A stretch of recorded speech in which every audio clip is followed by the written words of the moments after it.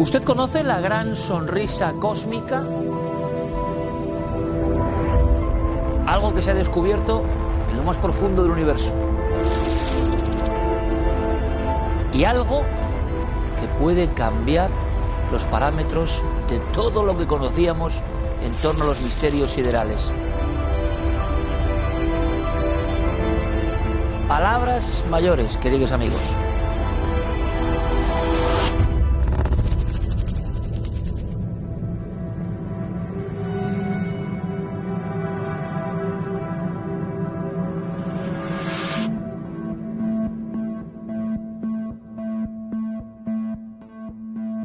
Buenas noches, bienvenidos al Nave del Misterio y como siempre para hablarnos de ciencia y del cosmos, nuestro compañero José Manuel Nieves. ¿Qué tal, Iker? Oye, esto empieza a ser habitual, pero es que están pasando muchas cosas en el espacio profundo. Ahora, qué bonito cuando tú lo definías, cuando nos mandabas la noticia rápidamente, eso como algunos le llaman gran arco o gran sonrisa, qué bonito. Sí, parece una sonrisa, ¿verdad? Es una gigantesca estructura en forma de arco que mide ni más ni menos que 3.300 millones de años luz y está en forma de arco. La han detectado ahora porque una cosa tan grande es muy complicada de ver, aunque parece que las cosas más grandes las veríamos más fácilmente, no es así. Es al revés. Es al revés. Y fíjate, pero si fuera visible, o sea, si la pudiéramos ver desde la Tierra, bueno, está además a una distancia 3 veces mayor, 9.200 millones de años luz, es decir, poco tiempo después, unos poquitos miles de millones de años después del propio Big Bang, ¿vale? Estamos hablando del confín del universo conocido. Prácticamente. Pues si lo pudiéramos ver desde la Tierra, esa gigantesca estructura recién descubierta ocuparía 20 lunas llenas puestas una al lado de otra. Imagínate la luna llena en el cielo. Veríamos la sonrisa casi, pum, pum, pum, pum, pum. 20, imagínate 20 en fila, ocuparía todo ese trozo de cielo, lo ocuparía en nuestro cielo nocturno, ¿no? Es una barbaridad. Y ni siquiera es la estructura más grande, porque te diré, en el universo la materia tiende a formar estructuras cada vez más complejas. Los planetas giran alrededor de las estrellas se juntan en galaxias, las galaxias se agrupan en cúmulos, los cúmulos viajan en el interior de una especie de tubos de hidrógeno que son los filamentos de la red cósmica. Que hemos hablado alguna vez de ellos. Hemos hablado. Que es otra maravilla que no se conocía. Todo esto está siendo una precipitación de noticias. Esos filamentos o redes que unen de manera casi no visible las grandes galaxias. Claro, mira, ahí lo tenemos, ¿no? Tenemos eso que vemos, eso es un filamento, los grupos de galaxias. Y dentro hay galaxias. Claro, hay grupos de galaxias, no galaxias individuales. Entonces, todos estos filamentos se unen como en una especie de telaraña tridimensional y van a los nodos donde hay supercúmulos de galaxias. Entonces, bueno, como el gran tejido neuronal que siempre hemos hablado. Exactamente. La famosa historia de que el cerebro se parece al universo y el universo al cerebro, a escala gigantesca, es esto, Nieves. Es esto, y ves a los lados de estos filamentos llenos de grupos de galaxias hay enormes vacíos, enormes espacios en los que no hay nada, ¿no? Esa es la estructura del universo. Los científicos, hay un principio que es muy básico en la cosmología, que es el principio cosmológico. Y el principio cosmológico dice que a partir de esta escala, que los científicos llaman, fíjate qué poético, el fin de la grandeza. Me encantan esos nombres que yo no conocía y que son nombres para examinar científicamente lo que conocemos. Claro, todos estos... El fin de la grandeza. Estos filamentos en una escala que estamos ya, o sea, esto es como hacer un zoom hacia atrás, ¿no? Entonces, estamos ya en una escala que ya no puedes más, ¿no? Que estamos viendo, sí puedes mucho más, pero estamos viendo estructuras todavía identificables, es decir, es diferente lo que hay dentro de un filamento de lo que hay fuera, es distinto. Pero el principio cosmológico nos dice que en esta escala, 300, 500 millones de años luz, si echamos un poquito más para atrás, en este zoom a la inversa de unos 1.000 millones de años luz, entonces todo el universo parece igual. O sea, es igual, es decir, es uniforme. La materia se distribuye uniformemente, mires donde mires, a partir de esa escala. Ten en cuenta que ahí toda nuestra galaxia ni siquiera se vería.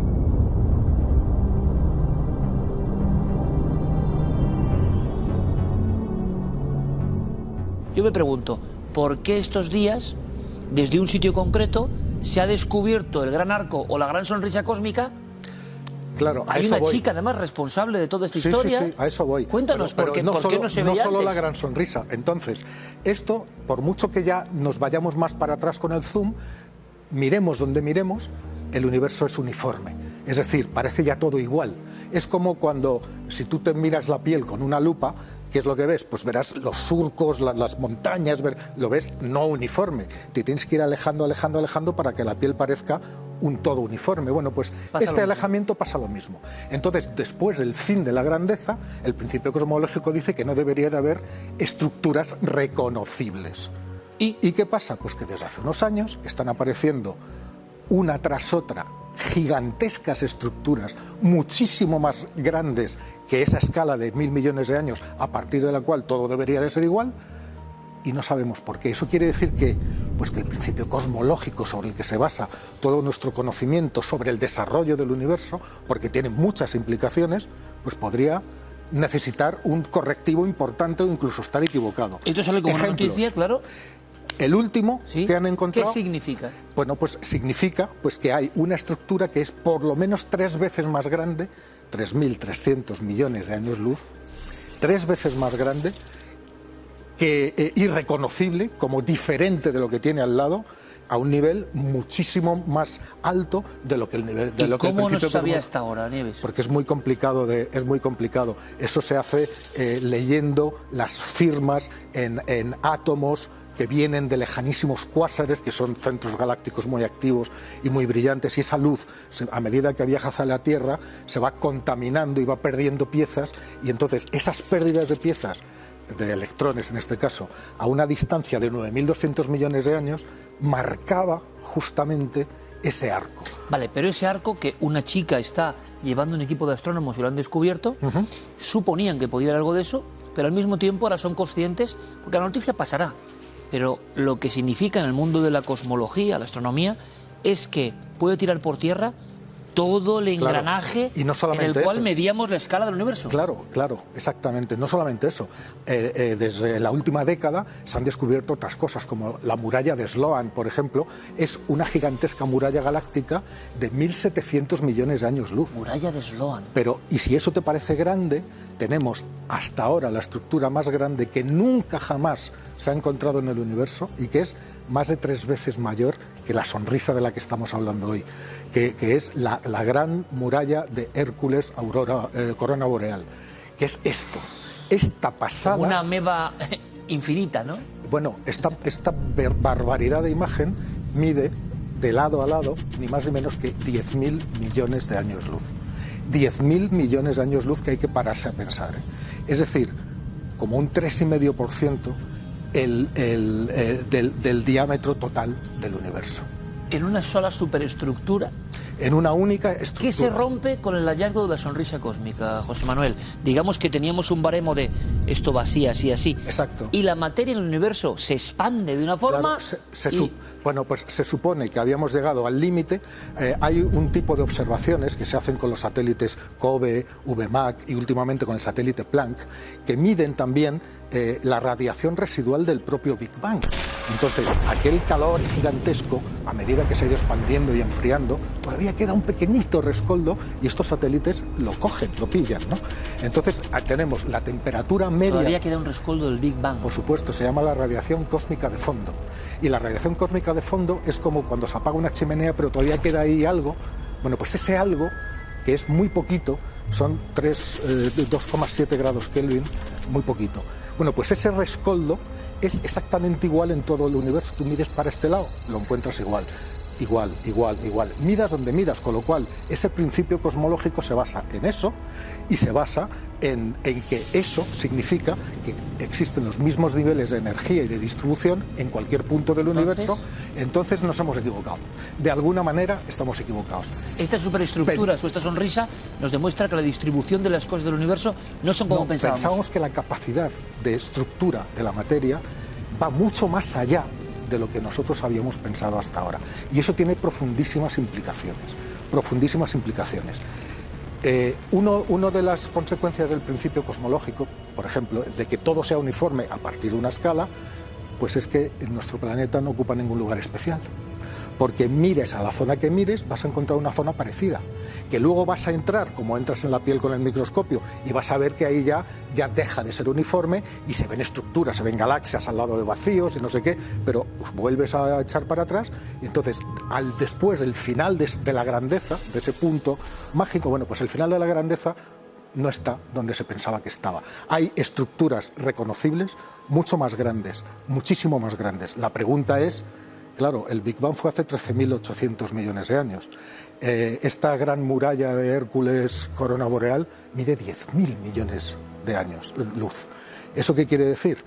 Que puede haber estructuras incluso más grandes de 13.800 millones de años. Claro, el universo observable no es de 13.800 millones de años. Desde el punto del Big Bang son 45.000 millones de años hacia un lado y 45.000 hacia el otro, 93.000 en total, lo cual es una barbaridad y no coincide evidentemente. ¿Por qué? Porque 13.760 millones de años a la velocidad de la luz es el espacio que recorre la luz, pero es que al mismo tiempo el universo se sigue expandiendo, con lo cual hay luz que nunca va a llegar hasta nosotros, porque al expandirse, desde el momento en que se generó y viene hacia acá, como el universo se va estirando, nunca nos alcanza. Pero, Nieves, esto va a generar un debate interno entre los que sabéis de esto profundo, me imagino. Existe ya. Es un debate casi filosófico, ¿no? Desde hace décadas. Lo que pasa es que los hallazgos de estos últimos años, de estas últimas 2 décadas, están diciendo: explíqueme usted esto, porque esto en el principio cosmológico es imposible. Son estructuras imposibles a la luz de lo que sabemos ahora. Pero ahí están. Incluso hay gente, hay científicos que se niegan a creer que tales cosas existan. Se piensan que son pareidolias. Sí, señor, se lo he leído. Pareidolias, claro, como hablamos de efectos ópticos y que esa sonrisa del cosmos que veríamos como lunas puestas casi en un collar sonriente, eso no existe jamás. Por eso la investigadora hizo hasta 3 pruebas estadísticas diferentes para ver cuál era la probabilidad de que, por casualidad, esas firmas de estos átomos que te dije, de los cuásares y tal, tomaran esa forma, que quiere decir que justamente ahí están atravesando galaxias que son las que forman ese arco. Y la probabilidad de que eso se produjera por una simple casualidad o aleatoriedad es un 0,000003%. O sea que hay una pelea de científicos que dicen que esto tiene que ser real, un error, y otros que no. Y parece, la idea es que se ha comprobado por parte de este equipo, claro. Y ahí está la gran polémica. Una sonrisa enorme, como un emoticono, ¿no? Casi, en mitad del océano cósmico, y que nos deja la sensación de que por lo menos muchos parámetros con los que habíamos construido nuestra forma de entender quiénes somos y qué hacemos en mitad de esta increíble sopa cósmica de estrellas, pues algo ocurre. Lo mismo hay que revisarlos un bastante. Bueno, eso lo cual es bueno. Buenísimo. Lo hacemos con José Manuel Nieves, que últimamente no da abasto de la cantidad de cosas que se están descubriendo ahí fuera. Si hace poco veíamos me encantó el símil de esos trozos de pepitas de chocolate dentro de un bizcocho que es la Tierra y que incluso genera cosas en la Tierra que no conocemos, pues ahora tenemos esto. ¿Qué tendremos en la próxima temporada, José Manuel? Pues muchísimas cosas, estoy seguro. Es lo importante, maravillas. Claro, sí, señor. Sí. Gracias, José Manuel, no solo por esto, sino por las crónicas de toda esta temporada tan intensa donde hemos aprendido tanto contigo. Muchísimas gracias, amigo. A vosotros. Vamos con, el agua, pues imagínense, el agua es una de las cosas que da una característica especial a este planeta y le provee de vida. Pero el agua también guarda historia, el agua guarda viejos secretos. Es más, hay muchos pueblos españoles, y les van a sorprender estas filmaciones nocturnas, que duermen su sueño acuático, guardando revelaciones que quizá algunas de ellas esta noche vean la luz.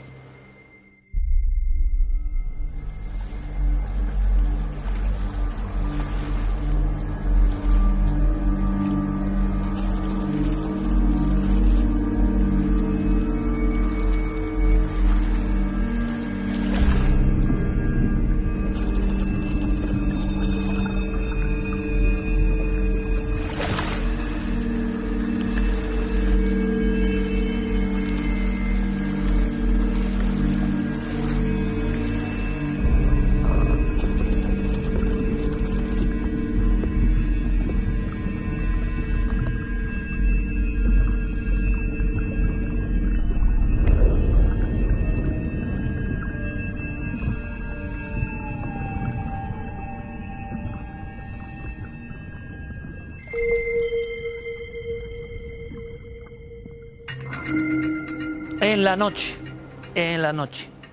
Claro, don Paco Acedo, en la noche sumergirse en un pantano es un mundo distinto, ¿no? Totalmente. ¿Qué distinto? Cambia. Pues las sensaciones. En esta ocasión lo hice casi a propósito. O sea, el hecho de llegar a esta zona apartada de León, concretamente, y intentar vivir la España sumergida desde la otra cara, ¿no? La cara oculta del día, ¿no? La noche, y vivir esas sensaciones. Al fin y al cabo, tú sabes, Iker, que a mí lo que me mueve son las experiencias que me llevaré conmigo, y esa era una de ellas. ¿Y fue fuerte? Impactante. A mí el buceo nocturno ya de por sí impresiona mucho, ¿no? Porque lo que ocurre debajo cambia totalmente, ¿no? La percepción de la oscuridad puede ser un sitio precioso y sin embargo en ese momento justo es de noche. Y en un sitio así, con toda la historia que hay detrás de todos estos pueblos, ¿no? Todas esas ruinas que están ahí abandonadas hace tanto tiempo, tragedia, leyenda, todo lo que esconden, ¿no? Y debajo este lugar agua. De esta noche, este epicentro de esta noche en tu ruta, este es muy especial, tiene de todo. De todo. De todo. Oye, y he visto, aunque luego lo comentaremos, una imagen de una tumba medio abierta. ¿Esto qué nos aguarda aquí? Pues mira, al llegar allí hablamos con algunas de las personas, ¿no? Javi, el compañero que venía conmigo y yo, y justo nos comentaban que en la zona donde íbamos a pasar la noche, nosotros siempre vamos, bueno, me gusta ir de una forma auténtica, ¿no? Pasar la noche en el pantano, en el pueblo, para meterme un poco en el ambiente, como aclimatarte, ¿no? Unirte al lugar. Sí, porque es lo que te decía, al final son las experiencias que me quiero llevar conmigo. Y nos comentaron que había uno de los cementerios que no habían quedado sumergidos, ¿no? Por este pantano. Había una tumba abierta en la que parecía ser que habían hecho algún tipo de ritual extraño. Bueno, se puede ver el cráneo, ¿no? de la persona, y la búsqueda de sensaciones dijimos, oye, pues vamos de día pero también vamos de noche, ¿no? Y a ver, bueno. Paco, ¿de qué estamos hablando? ¿De qué lugar? Me decís que por Google Earth da ya un perfil muy especial, sí, en cuanto a dimensiones y en cuanto a lo que esconde. Barrios de Luna, estamos en León. Es impresionante, cuando yo empecé a investigar sobre esta zona, casualmente todas las fotografías que tiene Google Earth, que se supone que las va renovando, pero justo está en época de sequía, con lo cual en este pantano se puede ver perfectamente todo lo que hay en el fondo, y es impresionante, haciendo un barrido, ver la cantidad de restos, ruinas que hay esparcidas por todos sitios. Claro, 16 pueblos quedaron no todos sumergidos, ¿no? Pero sí se abandonaron cuando se hizo aquel pantano, con lo cual muchísimas de esas ruinas quedan bajo el agua y en época de sequía aparecen, y otros pueblos simplemente fueron abandonados porque todas las zonas donde cultivaba la gente que vivía allí fueron inundadas, con lo cual vivir allí ya era prácticamente imposible. Quizás sea, Paco, la plusmarca de pueblos dentro de un mismo entorno de pantano. Sí, desde luego. Yo no de los conozco, que has visto, no hay ninguno que ni se acerque, ¿no? Ni que se acerque. Es casi una región entera convertida en embalse. Bueno, esto es tierra de pastores, ¿no? Y de leyendas, por supuesto. Y toda la gente que vivía en esas montañas, ¿no? En ese Valle de Luna, ¿no? De unos 60 kilómetros, pues toda aquella población, directamente, en torno a unas 1.600 personas, fueron expulsadas de allí o tuvieron que abandonar. ¿Época? Porque no. 1950 y, te lo voy a decir ahora mismo, 56. Año 56, un paraje brutal, y llega el agua. Y con ella, claro, como hemos visto, llega el olvido, pero también llega el recuerdo de leyendas y los misterios. Y como acompañante, ¿no?, de Paco Acedo en el aspecto de archivero mayor del reino de los pantanos, Javi Pérez Campos. Buenas noches. Bueno, muy impresionado, ¿eh? Estas imágenes nocturnas, además es la primera vez que Paco nos enseña uno de estos pueblos abandonados de noche, ¿no? Cuando él llega en la noche, y todo desde luego tiene otra perspectiva. Ya mucha gente nos pregunta, oye, ¿por qué vais siempre de noche a los lugares? No, es que es evidente. Un sitio como este no tiene nada que ver durante el día o durante la noche. A mí me impresiona mucho esa imagen, por ejemplo, de la iglesia con su espadaña saliendo de las aguas, ese elemento o un belchite acuático, ¿no? Sí, y además muy particular, Iker, porque hasta ahora siempre habíamos visto campanarios al uso, pero aquí esta espadaña, que es propia de esa zona típica de los monjes franciscanos, ¿no?, que querían huir, digamos, de la ostentación y pedían hacer estos campanarios prácticamente como un muro vertical, y que sale de las aguas iluminado por la luz de Paco Acedo, solo ahí ante las aguas, y desde luego es impresionante. Claro, imaginemos, ¿no?, estar a solas en este sitio, un sitio, por cierto, que atrae mucho a la gente interesada por lo paranormal, por lo sobrenatural? Bueno, porque ya desde los años 50, cuando se empieza a negar la zona, cuando hay incluso personas que llegan a huir y abandonar sus casas con el agua por las rodillas o por la cintura, porque se niegan la historia eternamente contada de gente que no quiere abandonar el pueblo, pero que aquí llega... Eso decimos, es una cicatriz que se ha producido en toda la España sumergida, que por vez primera en la historia que yo sepa, Paco recorre y Javi documenta. En todos hay ese conflicto de que la gente no quiere que le arranquen de sus raíces, se produce esa desconexión. Hasta el punto de que aquí la Confederación Hidrográfica se ve obligada a poner a un barquero, casi como un personaje mitológico, que va salvando a la gente de las aguas. Un caronte. Que van, sí, como un caronte, rescatando a personas durante un día con sus enseres personales. Algunos quedan ahí para siempre y, claro, estamos hablando de un lugar ya despojado y de un lugar donde quedan los muertos. Hay personas que cuando saben que esto va a empezar a suceder, que se va a inundar el paraje, empiezan a desenterrar a sus seres queridos, se los llevan de allí, pero claro, ahora contaremos que hay otros muertos que no se sabe muy bien dónde están, que son muy buscados y que se ha luchado por encontrarles y que, sin embargo, las aguas del Luna imposibilitaron para siempre su hallazgo. Y desde ese instante ha llegado a tener que intervenir la Guardia Civil, ahora contaremos, para aliviar o calmar los ánimos de la zona, porque los vecinos estaban convencidos de que esas personas mal enterradas, esos muertos mal enterrados, seguían manifestándose en los barrios de alrededor, provocando el pánico. Bueno, contadme ya, Paco, Javi, ¿quiénes son esos enterrados que se buscan? ¿Quiénes son esos mal enterrados? Bueno, pues todos son personas que fueron fusiladas en la época de la dictadura, que hay, bueno, pues que realmente yo pensaba que era algo puntual, pero en realidad hay bastantes sitios donde han quedado esos cuerpos ahí, perdidos y olvidados, aparte de otros muchos, ¿no? De hecho, cuando se hizo esta presa de 80 metros, un bicho parecido a Mordor, ¿no? Las imágenes son alucinantes. Ahí participaron 1.200 trabajadores, de los cuales 50 fueron presos políticos, los esclavos españoles les llamaban, ¿no? Y de ahí la mayoría de esos presos políticos murieron porque en la obra, porque les dejaban los trabajos más difíciles, los trabajos forzados, que al final suponían mayor riesgo, o por silicosis, que era simplemente la absorción, no la respiración de todo ese producto Pero previo material. a esto, Paco, hay ejecuciones propias de la guerra civil en la zona. Exactamente.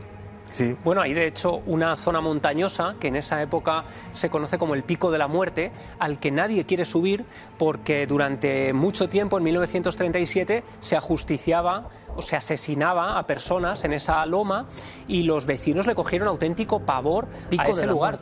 Pico de la Muerte, que además decían que después de esos fusilamientos se escuchaban todavía los gritos de la gente que allí murió, ¿no? De los fusilados. Con lo cual, la relación, y eso lo sabemos también en este programa, los casos que tienen que ver con la guerra civil, que son un tanto Hemos visto oscuros, muchos ¿no? casos de memoria histórica y recordamos la tumba de Valladolid, las tumbas de Valladolid con los recuperadores, un poco en este caso. Y vemos en España muy marcado donde hay sitios que generan una energía muy extraña y lo dicen los arqueólogos, no lo decimos nosotros, oiga. Sitios que además en la memoria popular se convierten en puntos negros y la gente no quiere ir allí. Pero es que además aquí sucede una cosa, y es que muy cerca de un puente romano que hoy está hundido, ¿no?, bajo las aguas del Luna, se fusila a 7 personas que estaban siendo trasladadas, 7 presos, también en 1937, trasladados desde un cuartel de la Guardia Civil de San Emiliano en León, y cuando llegan allí aparece un falangista que detiene el vehículo, despiertan a un vecino de la zona, le obligan a acudir hasta allí para cavar una fosa para 7 personas, y a esos 7 presos los bajan y junto al puente romano los fusilan y después los entierran. Durante mucho tiempo su familia, la familia de estas personas desaparecidas, emprenden una búsqueda para intentar localizarles, y lo único que se encuentran es que unos años después se construye esta presa. Franco acude a inaugurarla y esto se toma también como una manera de dificultar aún más la posibilidad de encontrar estos cuerpos. El pantano de los barrios de Luna convertirá en regadío varios millares de hectáreas de tierras de secano en la región leonesa y es inaugurado por su excelencia el jefe del Estado, recibido con muestras de afecto y de adhesión. Una lápida conmemorará el acontecimiento.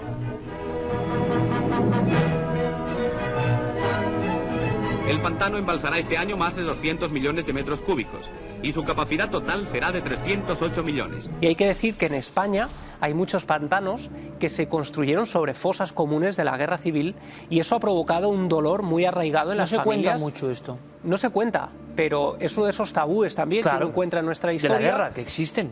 Y que siempre contamos, Javi, que es muy difícil abordar el tema de la guerra, y habría mucho de contar, de misterios y de cicatrices, precisamente porque enseguida saltan, digamos, disputas, ¿no?, entre un lado y otro, irreconciliables, y ya nadie se fija en lo que se está contando, sino que la gente insulta por un lado o por el otro, y esto lo hemos encontrado siempre, ¿no? Aquí solo queremos hacer una cuestión historiográfica, lógica y antropológica.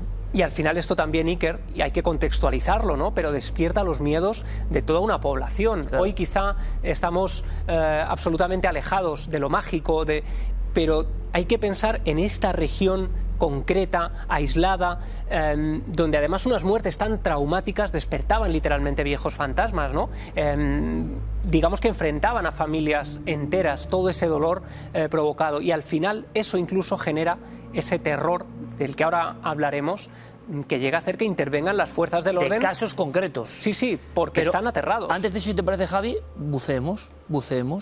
Y es un sitio que nutre, ¿no?, si no me equivoco, también a ríos muy marcados como el Órbigo, ¿verdad, Paco? Donde hubo aquella tragedia terrorífica de los niños del río Órbigo, terrorífica, año 79, que aquí contamos. Luego personas aseguraban, sin conocer la tragedia, que allí habían pasado cosas misteriosas. Eso entra dentro de lo subjetivo. La tragedia fue real, evidentemente. Y Paco Acedo decide, en este panorama, meterse bajo las aguas. Yo no sé si era algo gélido, si no, si te acompañó la temperatura, qué veías, si aquí sí que no ves nada, si aquí sí que es un peligro realmente casi mortal, porque si no ves nada y hay estructuras, ¿cómo haces, Paco? Siempre hay un peligro. Realmente, quizá a veces yo soy consciente de que no hago las cosas demasiado bien, en el sentido de que a la hora de bucear, obviamente, hay que tomar ciertas precauciones, pero la realidad es que a la hora de afrontar este tipo de reportajes que a mí me gusta hacerlo, no me gusta hacerlo con un equipo grande de personas, me gusta hacerlo de una manera casi muy íntima y muy personal. Yo, entonces, perdóname, Paco, pero ya pantano ya me da cosa, pero encima pantano de noche, yo ya no sé. Y frío, pantano de noche y frío. Como Ribadelago, que un día hablaremos, ¿no? Y frío. En Zamora, ese, como decía el gran Alberto Vázquez Figueroa, ese frío eterno, ¿no?, de la muerte del agua de un pantano. Perdona, Paco. Yo siempre, la realidad es que cuando uno está ahí, la emoción, ¿no?, de afrontar una aventura, que al fin y al cabo es lo que a mí me gusta. Cuando uno ya está ahí y llega al sitio y dice, ahí en serio me toca meterme, ¿no? Sí, me meto solo, la realidad, ¿no? Porque, lo ideal sería hacer con otro tipo de medidas de seguridad, pero por tema logístico a veces no es posible. Y uno llega y se encuentra ahí en soledad. Me pasaba como, ¿te acuerdas cuando hablábamos de la época en el hielo, ¿no?, cuando buceaba en hielo, que fue como nos conocimos? Las sensaciones son muy parecidas. ¿Sí? Soledad, silencio, de repente estás ahí contigo mismo. Fíjate, es como teniendo un mundo bajo el suelo que va muy bien iluminado, eso es verdad, ¿eh? Sí. Esa sensación de la luz interior le da un poco de... 2 personas, un compañero que venía conmigo y yo en el agua, y 15 linternas. 15 linternas, acuáticas algunas, otras que estaban fuera, frontales, y con eso... Imagínate que alguien desde la carretera vea a este ser saliendo del pantano. Tendríamos un caso ovni, Te llamarían. Tendríamos un caso ovni, una especie de astronauta saliendo de las aguas. Sí, de hecho nos encontramos allí a un pescador que cuando vio aquello, claro, ya nosotros llegamos un poco ya atardeciendo, todavía había luz, y esperamos a que llegase la noche, ¿no?, para sumergir. Y claro, el hombre se quedaba alucinando, ¿no? Pero ahí os vaya a meter, pero si hay... 16 pueblos. Pero en el entorno que tuviste de agua, ¿estuviste en unas ruinas concretas? Mira, esa concretamente es en La Huelles. La Huelles es el último pueblo que se abandonó, ¿vale? Las últimas personas que salieron, como decía Javi, en la embarcación esta que les pusieron para rescatarlo, fueron de ahí, y es el único pueblo que cuando el nivel del pantano está a tope se ve esa parte de arriba nada más. Y es lo único que hay. Como una marca de que aquí hubo un pueblo. Exactamente, ¿no? Además está muy apartado, no tiene fácil acceso, hay que entrar por la montaña. Nos costó llegar allí, encontrarlo, y luego nos costó otros 500 metros andando para poder llegar a la zona del... era un acantilado y teníamos que llegar a una zona en la que pudiésemos entrar para bucear, entonces, cargando con todo el equipo. Y luego, pues todos los pueblos que hay allí, la torre que hemos visto antes, ¿sí?, en Mirantes de Luna. Preciosa. Un pueblo que quedó abandonado, con ese cementerio que te comentaba que está ahí perdido en la montaña, con esos restos que quedaron ahí, con ese ritual que alguien hizo, Oblanca, Arévalo. Hay una lista, pues hasta 16 pueblos que quedaron o debajo o abandonados fuera. Ahora me cuentas algo de Oblanca, que me ha parecido que puede llamar la atención. Javi, vamos con la documentación que hay de misterios. ¿Qué es esta documentación en hemeroteca? Sí, y aquí además lo interesante, Iker, es que sucede prácticamente al abandonarse los pueblos. No hablamos de una leyenda que se cuenta décadas después. No, es que a los pocos meses de abandonarse el pueblo ya empieza a suceder, especialmente en los alrededores de Oblanca, una de estas poblaciones abandonadas, que mucha gente durante la noche empieza a escuchar unos rezos. Hablamos de gente congregada rezando. En un primer momento piensan que se trata quizá de algún tipo de homenaje a la gente allí abandonada, a los muertos. Empiezan a hacerse batidas nocturnas, como hemos visto en otras poblaciones de España, batidas de cazadores armados yendo a estos pueblos para intentar disuadir a lo que allí hubiera. Lo que encuentran es que no hay nadie, pero los rezos siguen produciéndose, los alaridos a veces, gritos nocturnos, sonidos que la gente del campo no tiene nada identificados, no tienen nada que ver con animales ni con fauna de la zona. En un momento dado, esta situación de malestar llega a provocar que los vecinos acudan en varias ocasiones a las autoridades. Y hay una publicación, por ejemplo, del Farol, 8 de marzo de 1957, que dice fantasmas en el pueblo de Luna. Y esta publicación en concreto trae una historia muy curiosa. En el pantano de Luna, directamente en el pantano. Directamente, porque además, dice, las gentes sencillas de aquellos lugares llegaron a creer que eran los difuntos del desaparecido pueblo de Oblanca.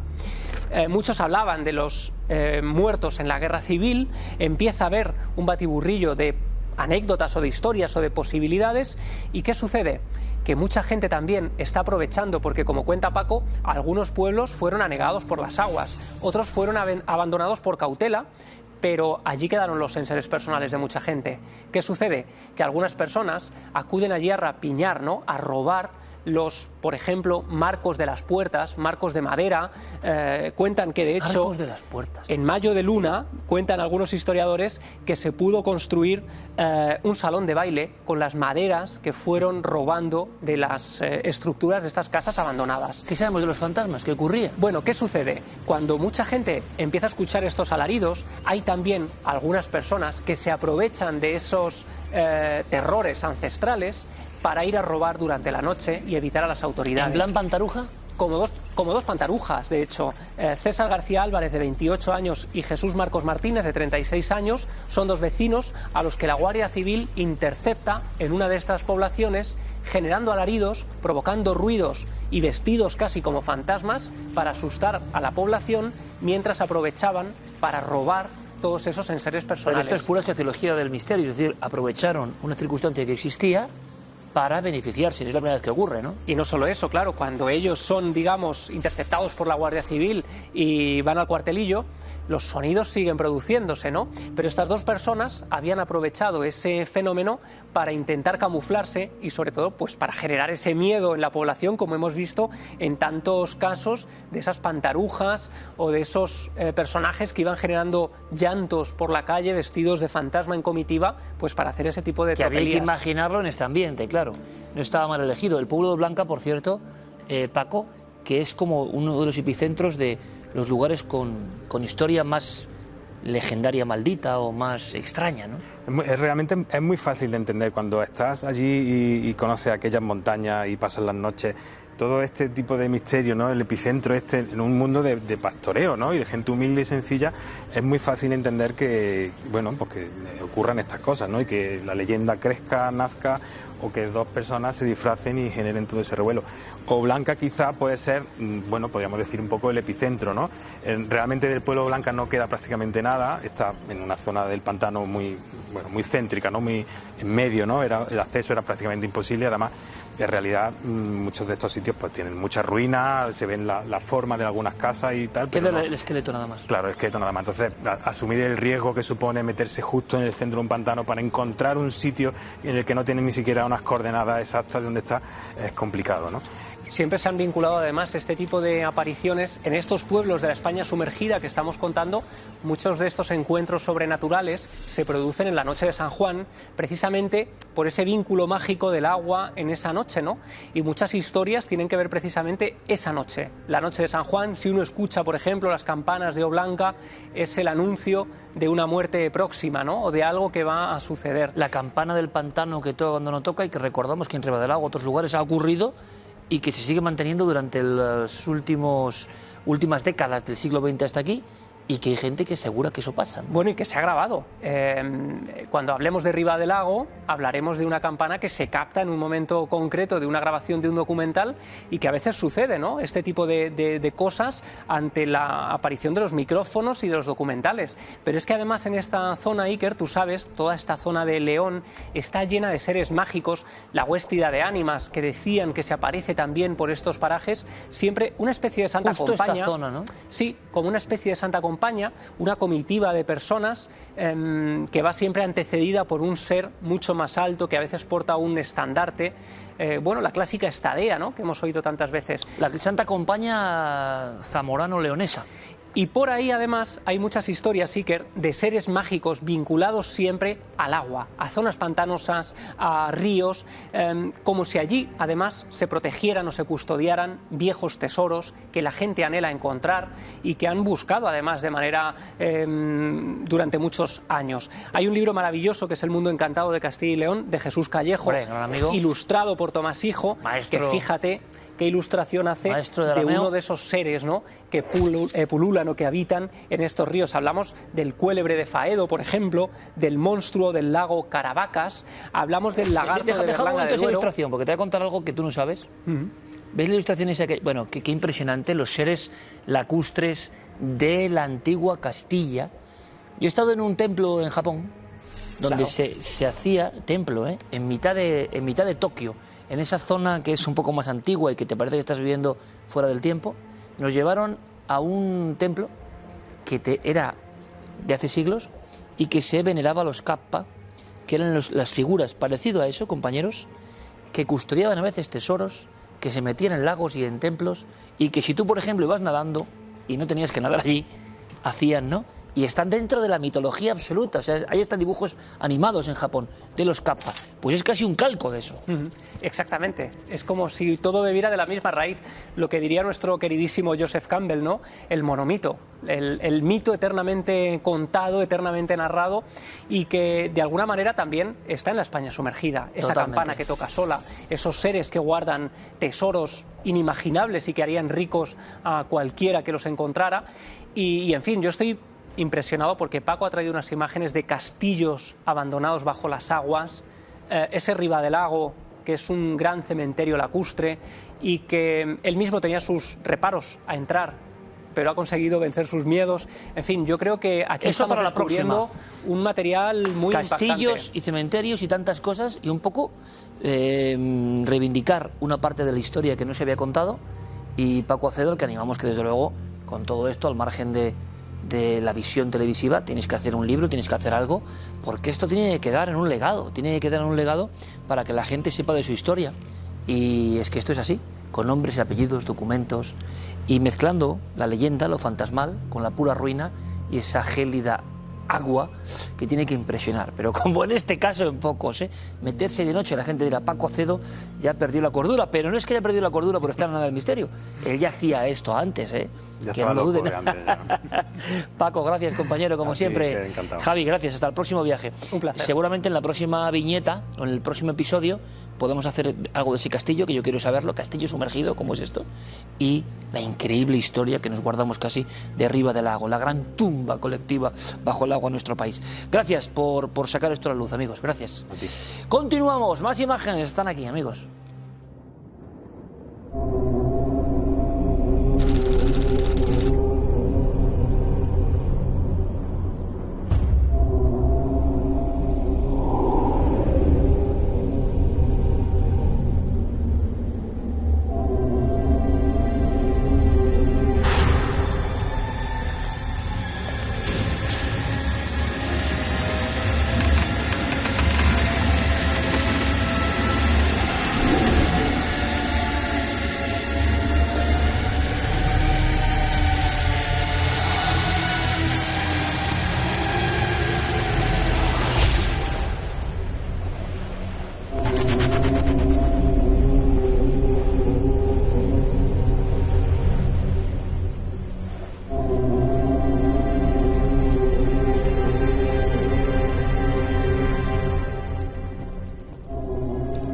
Amigos, en la España vieja, en la España antigua, pero todavía pulsante en muchos códigos, incluso inconscientes, que repetimos, existen historias maravillosas, pero a la vez sobrecogedoras.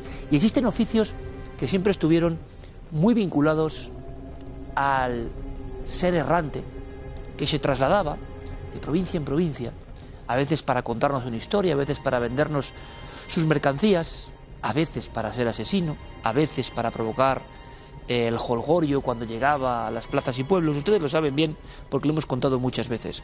Era una España donde viajar no era como hoy, que es muy sencillo, casi dar a un clic, reservar un billete y poner el punto de mira en otra parte del globo. Durante muchos siglos en España apenas había movimiento, excepto arrieros, excepto buhoneros o excepto trabajadores del paño o traperos. También los titiriteros. Eran toda una serie de oficios que tenían esa bula para conocer lugares y por eso comportarse bien y mal. Algunos de ellos quedaron como cicatriz en la historia. Es el caso del llamado trapero de la Sierra de Tornavacas. Todo el titular es para uno de esos cantares de ciego, ¿verdad? Yo recuerdo, fíjense ustedes, buhonero, por ejemplo, fue Manuel Blanco Romasant. O sea, el hombre lobo de Galicia, el asesino múltiple, era buhonero, y hubo grandes películas, como La noche del lobo, que recordaban el cantar del buhonero cuando llegaba a los pueblos, pero que cuando llegaba la luna llena, pues sacaba su otro yo, terrorífico, criminal, aniquilador. ¿Qué pasará con el trapero de Tornavacas? Bueno, pues es momento de conocer su historia.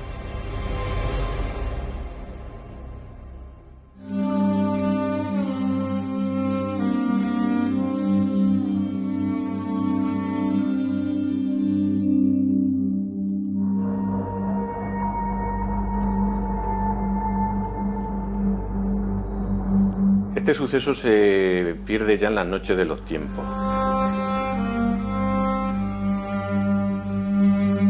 Yo le rescaté, aunque ya otro escritor local lo transcribió él en uno de sus libros. Es un suceso de estos que ocurren en los pueblos que luego no quieren hablar de él o se mantienen como un tabú, bien sea por miedo, por vergüenza, pero forma parte de la historia popular también.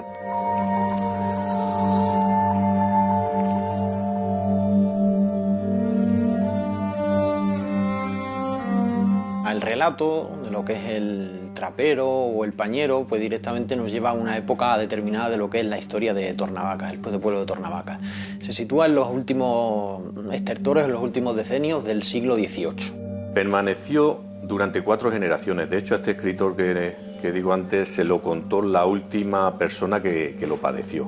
Ese relato que le hemos recibido a día de hoy pues nos viene a contar lo siguiente. La versión más aceptada nos dice de que desde el valle hacia arriba, hacia las tierras de Béjar, siempre que ha sido una tierra rica en paño, se dirigía ese trapero, ese pañero, pues bueno, pues ya dispuesto a cruzar el puerto de Tornavacas y dirigirse hacia su tierra.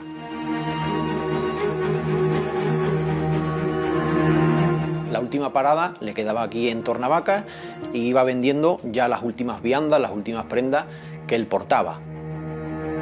Hasta que en un momento, en la calle Real de abajo, en una casasita en la que nos encontramos, él accedió, previa petición de los vecinos, de los moradores que habitaban la casa, accedió al interior.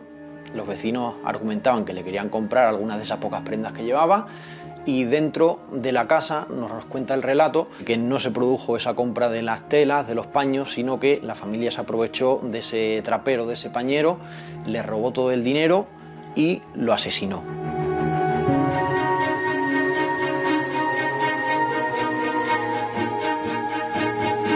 Decidieron deshacerse de su cuerpo, ocultar el crimen y el cuerpo. Hay diferentes versiones en cuanto a dónde lo dejaron.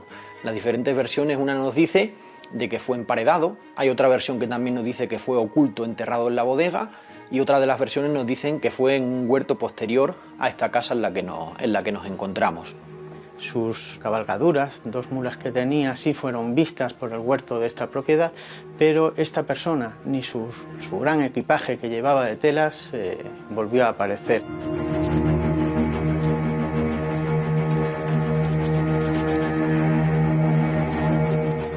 sea, aquello quedó un poco así en el pueblo y luego ya es cuando empiezan a surgir las cosas extrañas. Situaciones pues de sombras, de apariciones, de objetos que se movían. Digamos que un poco de hacer la vida imposible aquí a los habitantes de la casa. Esto atormentó tanto a esta familia que se fue del pueblo, pero esto también fue traspasándose a otras viviendas de alrededor de esta casa, que es conocida ya como la Casa del Miedo.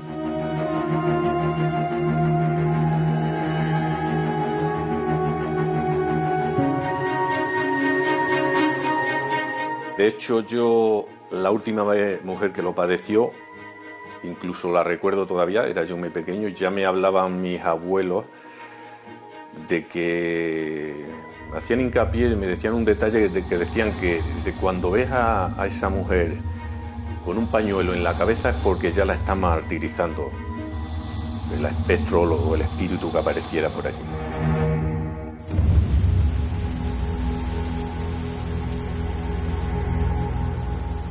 Primero se dice que se le presentó en forma de gato y posteriormente se le presentó en el espíritu, con el ropaje, con el atuendo característico de finales del siglo XVIII, mientras ella estaba dormida en su alcoba.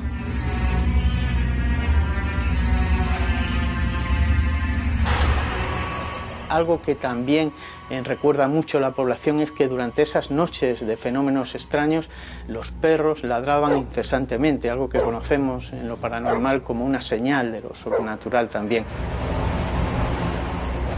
Pero la historia llegó hasta el punto que una de las madrugadas esta mujer, con los ruidos que ocurrían en su casa, despertó y vio la figura de una persona, de un ser, de un señor vestido con traje o vestimentas de otra época, y ante esta aparición la mujer salió despavorida de casa y se refugió, llamó a la puerta de un vecino, un conocido, de una familia, y estuvo durante varias noches durmiendo en ese lugar.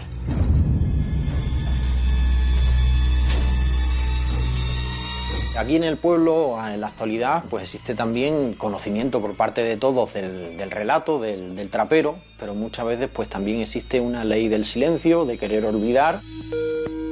Jesús, ¿qué tal? No sé si pudiste mirar la información sobre el caso que te mandé de Tornavacas. ¿Me podrías decir qué opinas sobre este caso tan espectral? ¿Qué opino de este caso? Ese hombre que murió asesinado de una forma tan abrupta se convierte en un alma en pena o en un alma errante que está pidiendo venganza o justicia.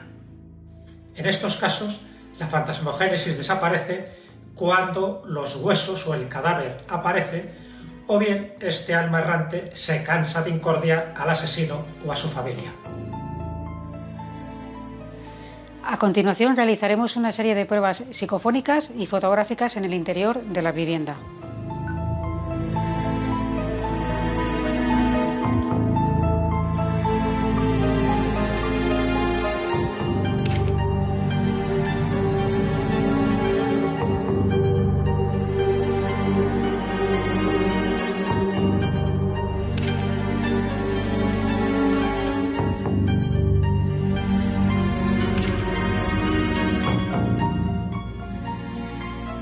Estamos con Gonzalo Pérez Arro, que estamos en el lugar donde podría haber estado la bodega, donde podría haber sido enterrado el trapero, y vamos a realizar un aislamiento contigo. Perfecto. Vamos a estar en comunicación con este walkie, ¿vale? Apretando aquí. Cualquier cosa que notes, que sientes, que escuchas, lo que sea, vas a estar en completa soledad. Nos lo dices y estaremos desde el centro de control controlando todo con las cámaras. Entendido. Muy bien, pues te dejo.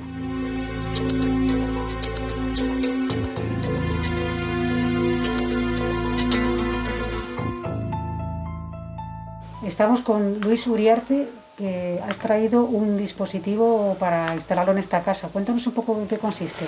Bien, pues hemos traído 3 cámaras térmicas que ya hemos instalado a lo largo de toda la vivienda.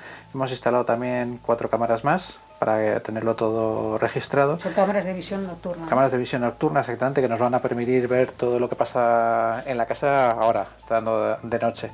Hemos traído también una serie de sensores, aparte de los de movimiento tradicionales, vamos a probar con unos nuevos sensores de barrera, que lo que hacen es, en el momento en el que algo cruce por delante, va a hacer saltar la alarma. Pues si te parece, le aviso a Gonzalo para Perfecto. empezar el aislamiento. Muy bien. Muy bien, Gonzalo, pues ya vamos a dar inicio. Vale.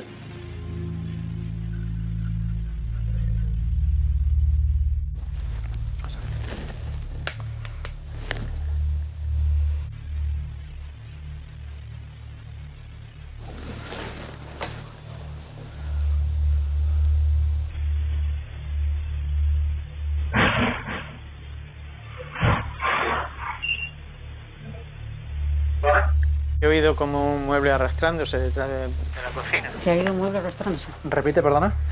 Que antes de escucharse lo del detector, he oído como arrastrar un mueble, por eso decía que si habéis movido algo vosotros. No, nosotros no hemos ido.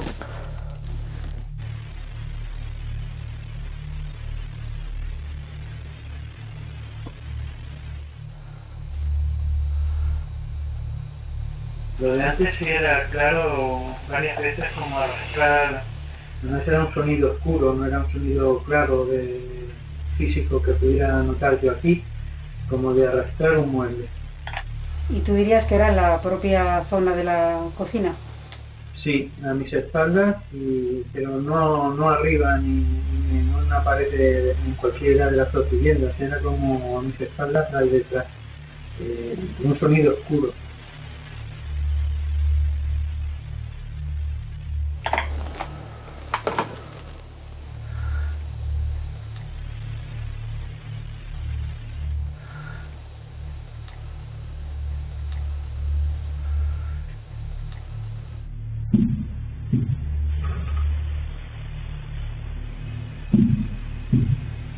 Ahora sí, ahora se ha puesto en funcionamiento el frigorífico, pero ha habido algo, el sonido como de ropa rozar, o sea, como cuando va alguien andando y roza la ropa. A mi izquierda. Nosotros sí que hemos escuchado el sonido del frigorífico, pero no hemos oído nada más.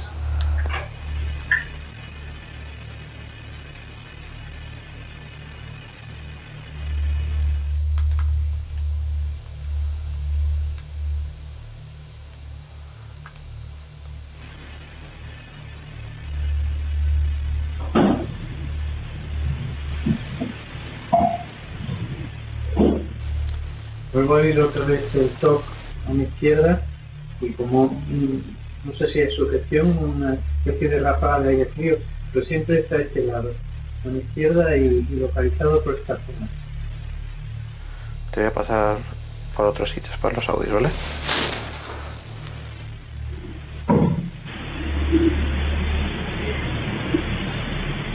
¿Estáis oyendo vosotros voces en el exterior o algo? Y es que he vuelto a oír el arrastrar y unas voces, no sé si son fuera. No, ahora digo que no hemos oído nada, ni voces, ni fuera, ni dentro. Y además es que el de fuera casi no puede oírlas. Claro.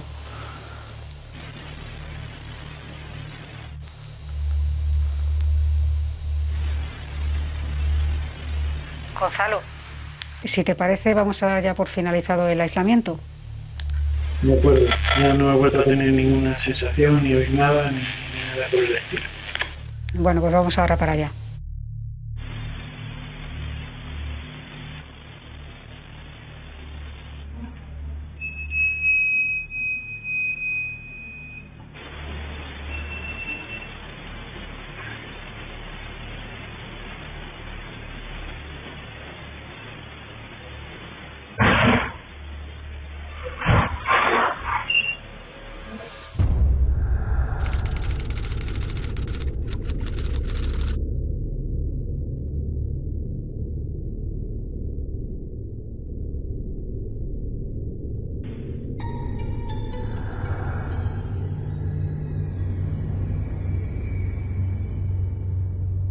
Y de la España ancestral al Brasil, bueno, sí, ancestral por lo menos ufológicamente hablando. Lo que están contemplando son as máscaras do chumbo. Las máscaras, los antifaces de plomo. Quiero que los contemplen bien porque pocas veces se han observado así, con esta nitidez, con este detalle, con esta fiabilidad, o con esta fidelidad, mejor dicho, a lo que eran realmente y a lo que se encontró la policía en una de las escenas más dramáticas de la historia de los misterios en el continente americano. Verán, 2 ufólogos, es decir, 2 seguidores del misterio de los ovnis, mediados de los años 60, una época de gran pasión por estos temas y también por el espiritismo, que en Brasil cumple un rol muy importante.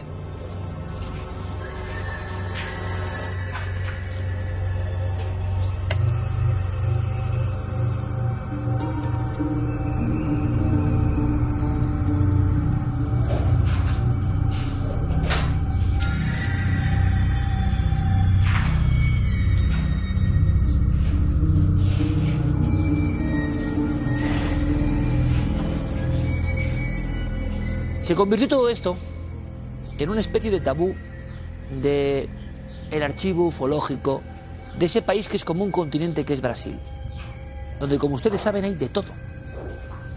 Pero este caso fue complicándose cuando aparecieron autopsias, informes forenses.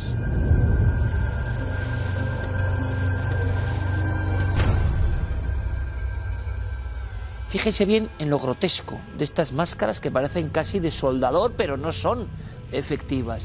Estaban colocadas sobre 2 cadáveres. Tapaban la mirada de 2 hombres que antes miraban al cielo.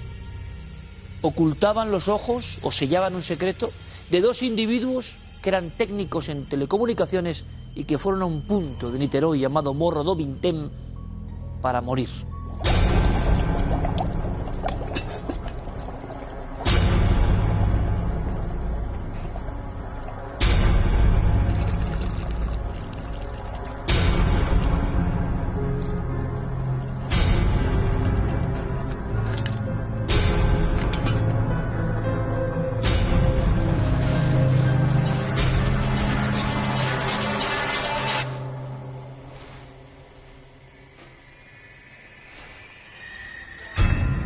Para algunos, Viana Pereira fueron los investigadores que tenían un contacto previa cita, también muy de la época, es decir, una comunicación de algún tipo, psicográfico, por espiritismo, y habían acudido a ese Morro do Vintém, una zona peligrosa, y habían aparecido muertos, pero óiganme, con estas máscaras de chumbo sobre las cabezas, sin heridas de ningún tipo y con la piel un poco rosácea. Y no precisamente por el efecto del tibio sol de aquel momento, como si realmente hubieran estado muy próximos a algún tipo de maquinaria electromagnética, algún tipo de radiación desconocida. Esto en los 60 en Brasil provoca tal miedo que muchos investigadores empezarán a hablar de lo peligroso de estos temas.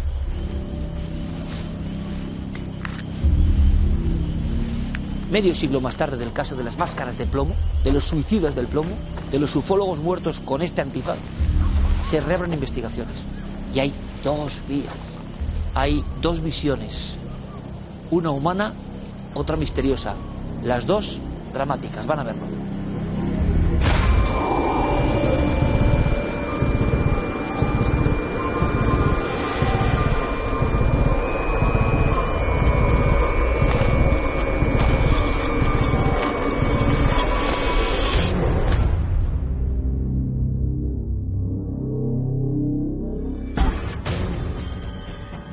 El caso brasileño de las máscaras de plomo pertenece a ese ámbito del misterio un poco oscurecido, extraño, donde no se ha ido a fondo, donde las perspectivas pueden ser muy diferentes.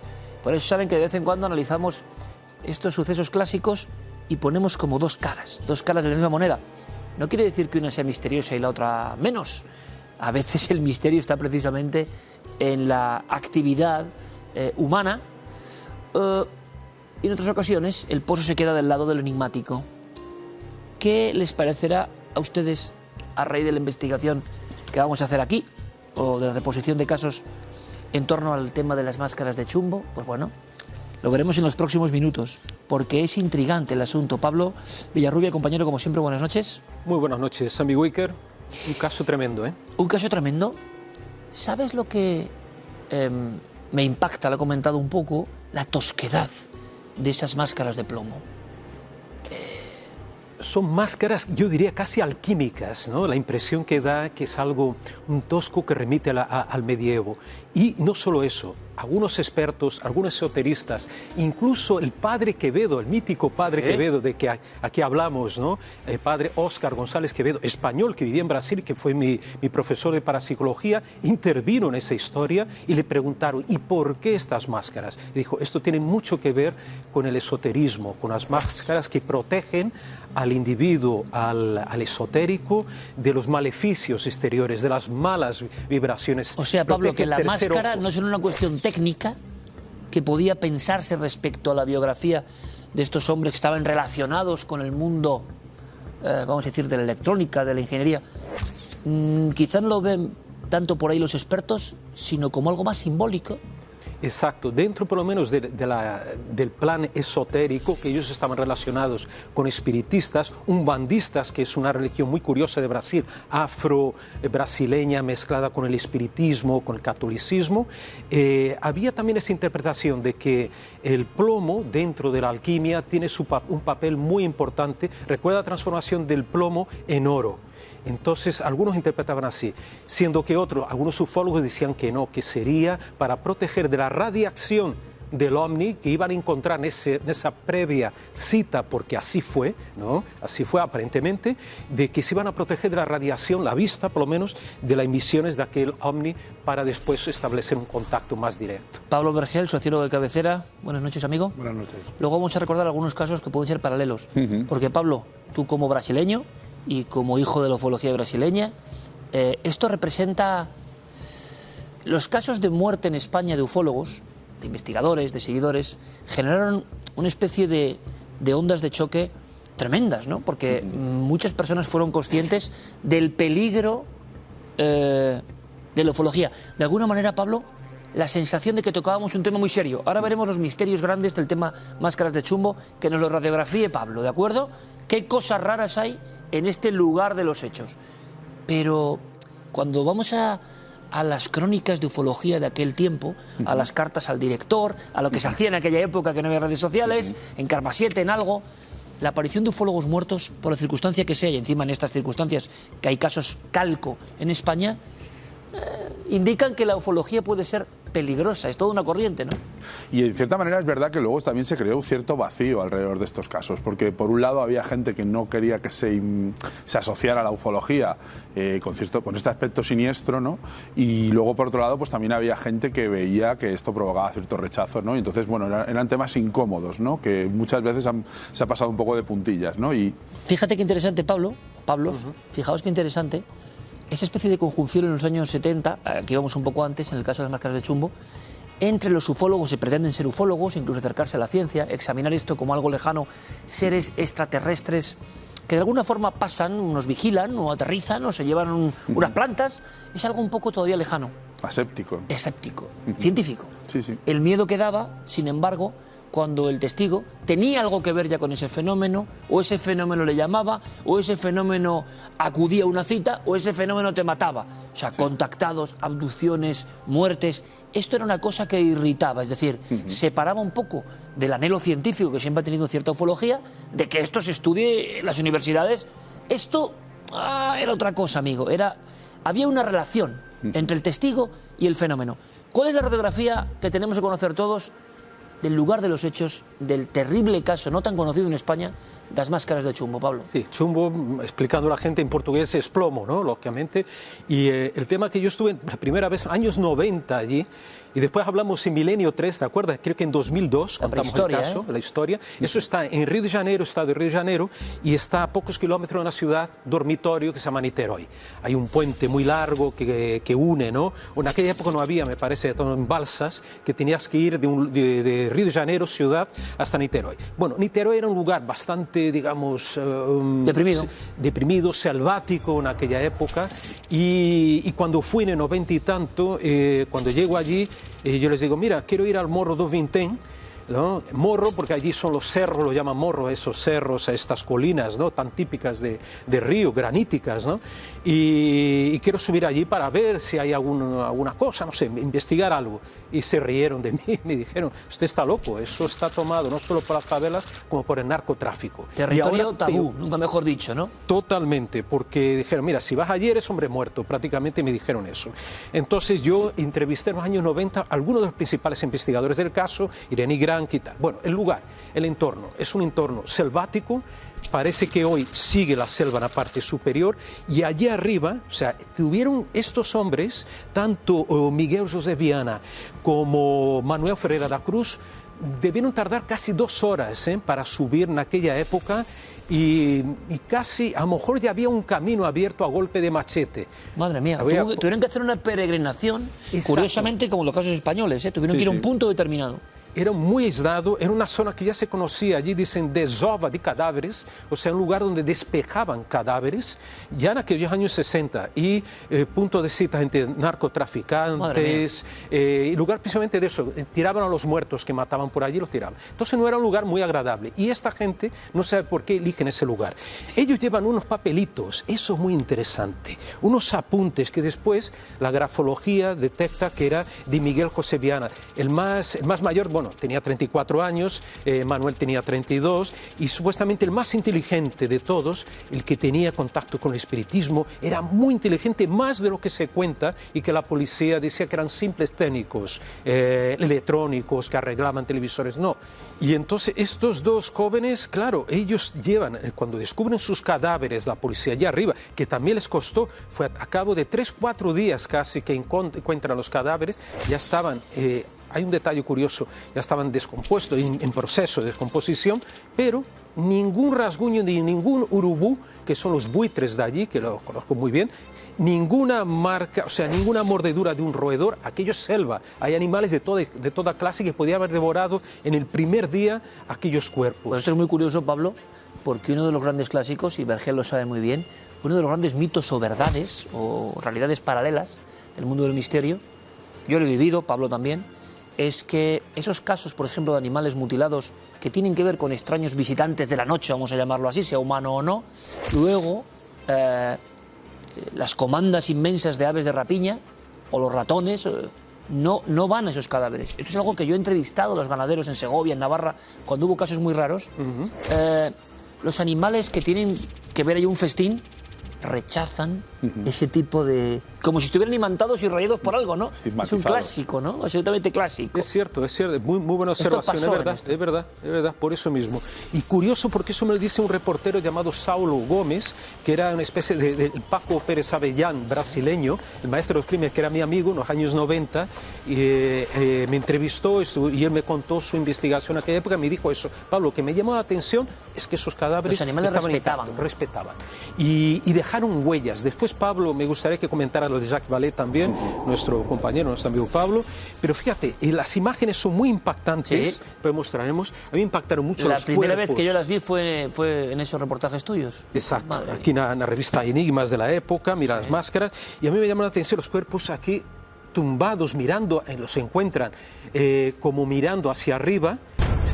Y uno de ellos estaba con una máscara sobre el rostro, creo que de Miguel, llevaba un antifaz más bien, ¿no? Parece un antifaz, y de Manuel estaba al lado, en su mano derecha. Entonces, y lo más interesante, los apuntes que llevaban. Entonces uno de los papelitos decía lo siguiente, ponía, muy telegráficamente, 16:30 horas, están en lugar determinado. Lugar determinado sería allá arriba. Se retrasan, llegan más tarde. 18:30, ingerir cápsula. Enseguida, tras efecto, esperar señal. Y enseguida, máscara. O sea, todo una secuencia, tomar la cápsula, tras un efecto, ¿qué efecto de la cápsula? Esperar una señal. ¿Qué señal? Una señal cósmica, no sabemos, del cielo, y finalmente la máscara. Queda muy claro por este apunte hecho por la mano de Miguel. ¿Era un encuentro previa cita, por tanto, Pablo? Esto no cabe duda, Parece es decir, la sensación del contactado, o de alguna manera ellos sabían que iba a pasar algo relacionado con los ovnis.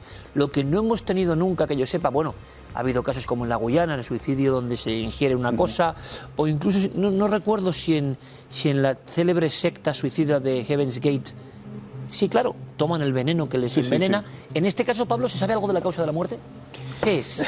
Bueno, eso es lo más complicado porque... Aparecen dos investigadores jóvenes, sanos, con unas máscaras de plomo, esperando un ovni y muertos, pero no hay heridas. Claro, llegan al instituto, allí llama Instituto Médico Legal, a la morgue donde está el médico forense, donde hacen las pruebas. El médico forense no está, hay una serie de irregularidades.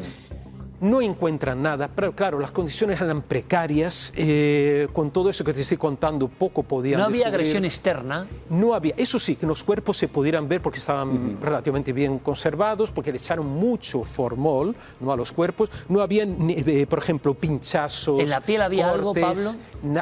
Era una piel rosácea. Esto es. Eso sí, la piel era muy rosácea, algo sí que era muy extraño. Pero lo curioso, y lo sabéis, que un año después piden, ahí sí que hubo interés de la policía después. Hubo una cosa muy rara, la familia quería que rápidamente enterrar los cuerpos, entonces no se pudieron proceder a más análisis. Son inconcluyentes, sí. Claro, y entonces un año después exhuman los cuerpos allí en Campos, ellos vivían a 300 kilómetros al norte de Janeiro, exhuman esos cuerpos y atención, los encuentran muy bien conservados, claro, pero ahí se dieron cuenta que les pusieron tanto formol para que no oliera mal.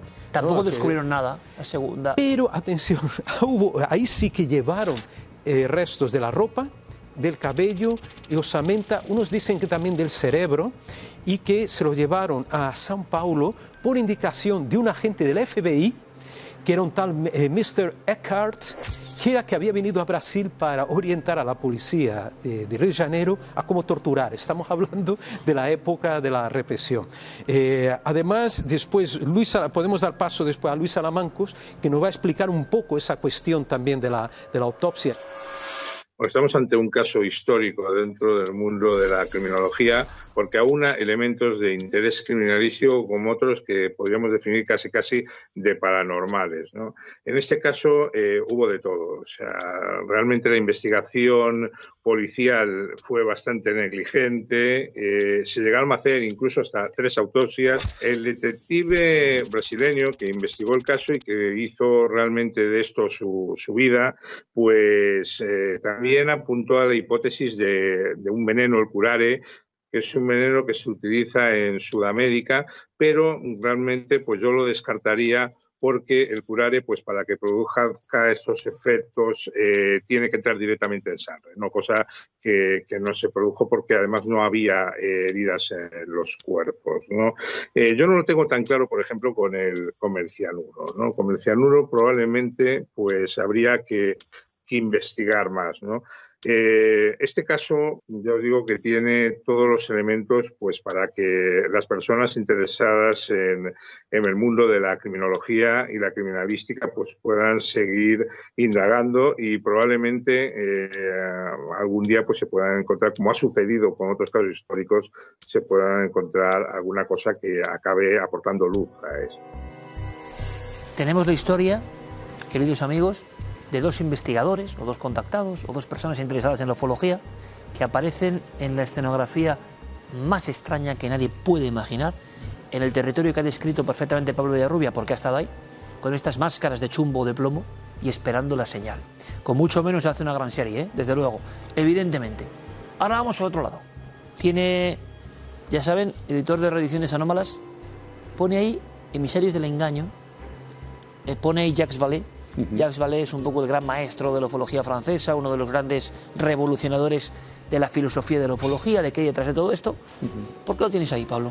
Bueno, porque como tú bien has dicho antes, Jacques Vallée era un astrofísico que se dedicó a estudiar, como tú has comentado, el fenómeno ovni desde una perspectiva racionalista. Él era astrofísico y de hecho se interesó por el fenómeno al observar, trabajando en un observatorio astronómico que veía ciertos fenómenos, ¿no?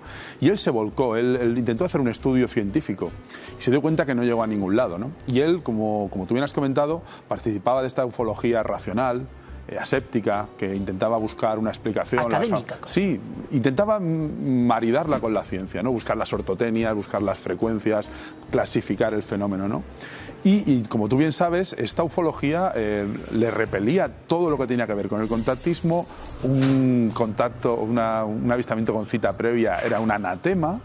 y todo este tipo de manifestaciones, por así decirlo, más irracionales, pues estaban totalmente marginadas dentro de lo que se llamaba la ufología más ortodoxa. Era una parte donde parece que la parapsicología, el espiritismo, qué sé yo, lo extraño de la mente humana se juntaba al ovni, que para muchos era algo ajeno.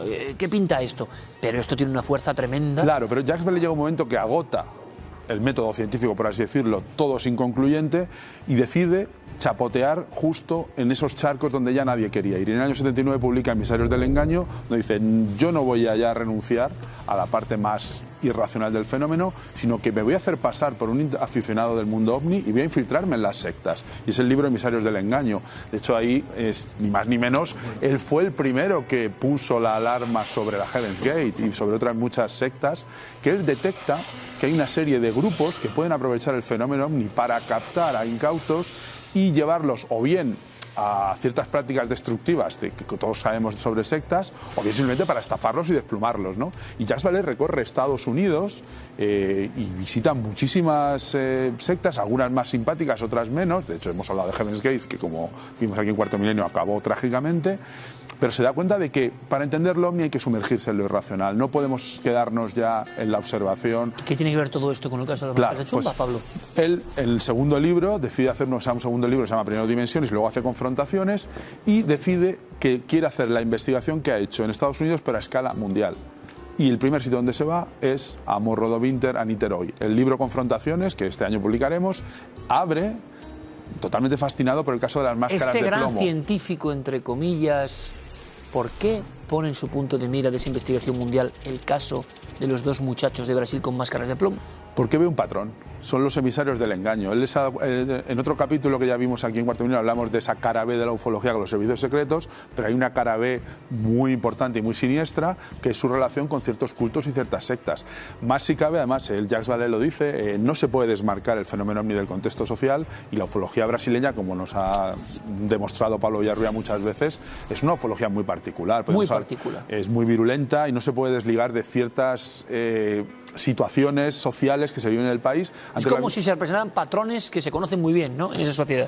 Y luego, aparte, que como muy bien ha explicado Pablo, se produce un maridaje y un sincretismo extraño, pues por ejemplo, entre lo nuevo, lo viejo, lo cristiano, lo nativo, la tecnología, lo esotérico. Todo eso es al final lo que Jacques Vallée empieza a ver que es un camino por el que tiene que discurrir. ¿Qué descubre o qué piensa Claro, del caso? Lo primero, para él esto es un evidente caso de emisarios del engaño.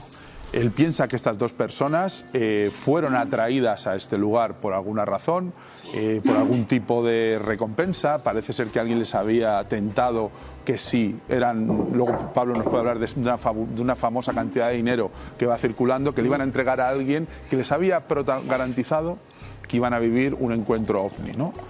O sea, que previa cita y previo pago. Previa cita y previo pago. Entonces, estas dos personas, aparentemente seducidas e inducidas por algún sujeto, hay algunos sospechosos habituales que luego Pablo comentará, les lleva a este sitio, un sitio aparentemente despejado y donde podrían llevar a cabo sus prácticas con cierta furtividad, y allí se produce algún tipo de incidente. Estas personas son engañadas, son desprovistas de su dinero y les fingen que ha habido un encuentro ovni y les roban su dinero, y para no dejar testigos los envenenan. La autopsia es inconcluyente, no sabemos muy bien qué les pasó. Pero Jacques Vallée tenía claro, aunque luego veremos que hay una serie de elementos ufológicos propiamente dichos que pueden aportar alguna otra perspectiva. Pero para él es un caso paradigmático de emisarios del engaño.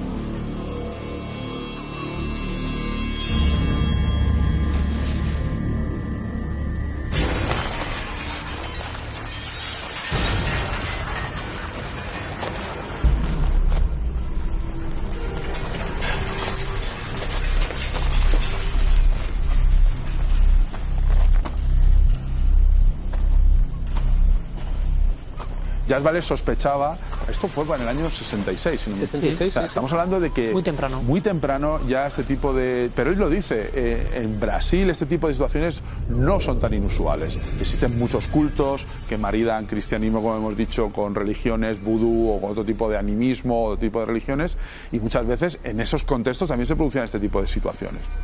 Pablo, ¿algo para irnos hacia el lado del misterio? Sí, muy interesante. Bueno, Pablo siempre nos da información interesante, el punto sociológico también, y esto engarza con otra cosa, con una entrevista que hice hace pocos días a Artur Ferreira, que descubrí por internet, una persona muy interesante, un escritor, investigador espiritista, kardecista. Sabes que en Brasil Allan Kardec, el espiritismo está muy difundido, y Artur me reveló cosas muy interesantes, pero muy interesantes en relación a lo que podrían estar trabajando en cuanto a esoterismo, espiritualidad, espiritismo, estas personas. Si quieres damos paso a lo que nos cuenta Artur Ferreira de Niterói, que vive en Niterói.